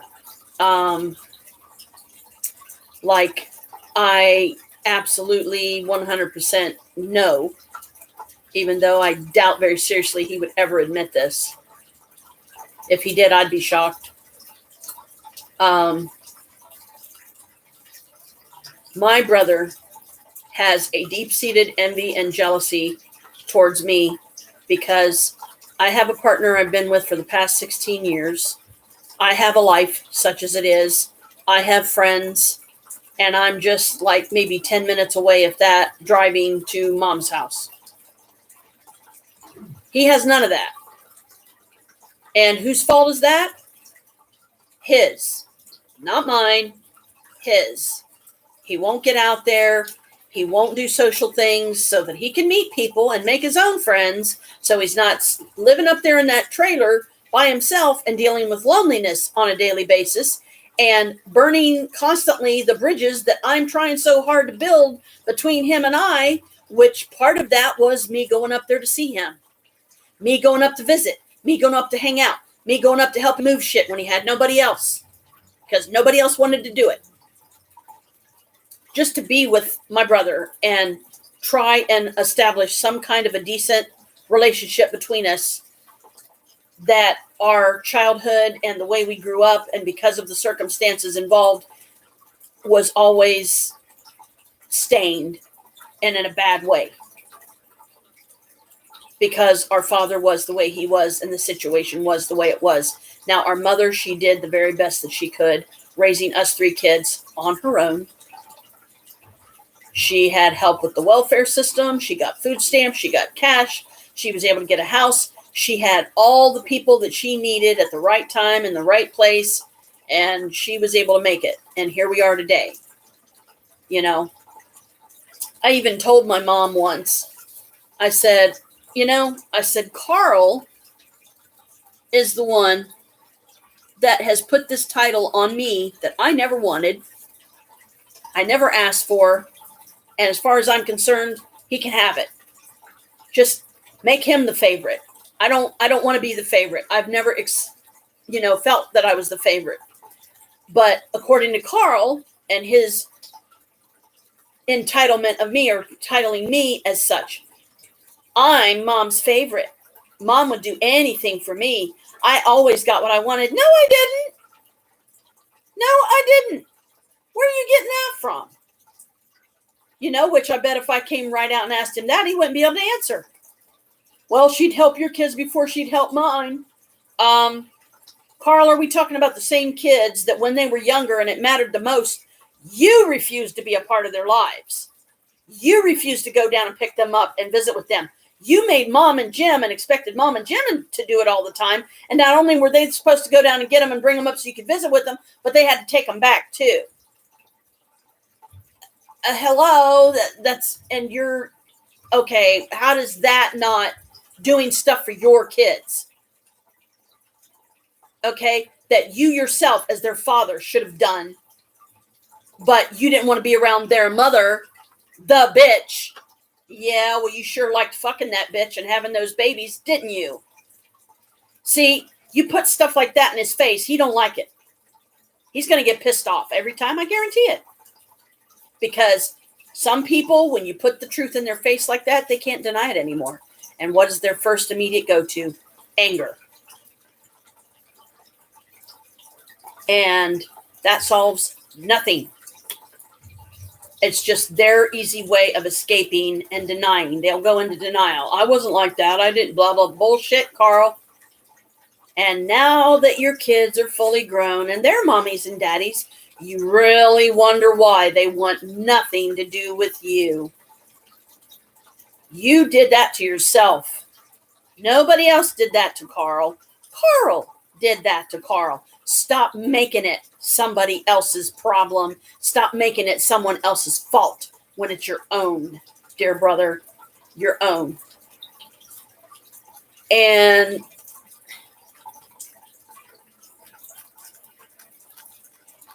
so I give up. This is me as I'm starting on my journey of healing.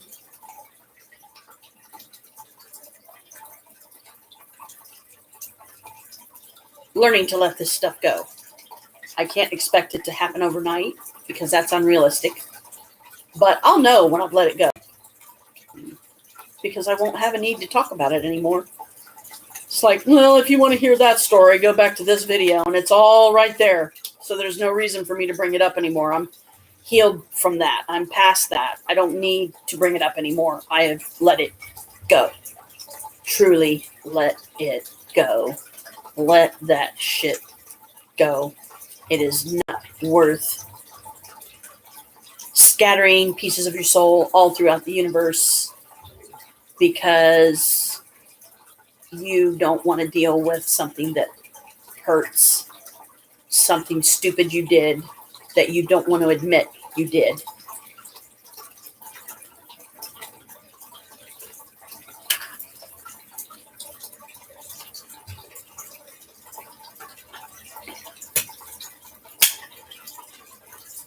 And what did it get you? A big, fat nothing. Okay.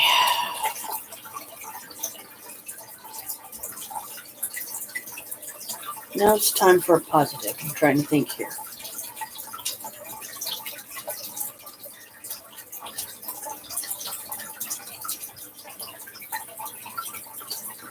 I mean, I could bring my table over here and I could start writing down the Theban thing, but then that's just going to be me writing, and somehow I don't think that's going to be very... Who's going to want to watch that? So, I guess I've had my rant for the day. I hope that I said some things that help some people and helps them to start their own journey of self-healing and self-evaluation and self-love. So, love y'all. Blessed be. Stay wild, Moonchild. Thanks for coming. Thanks for listening. Thanks for watching. See you next live.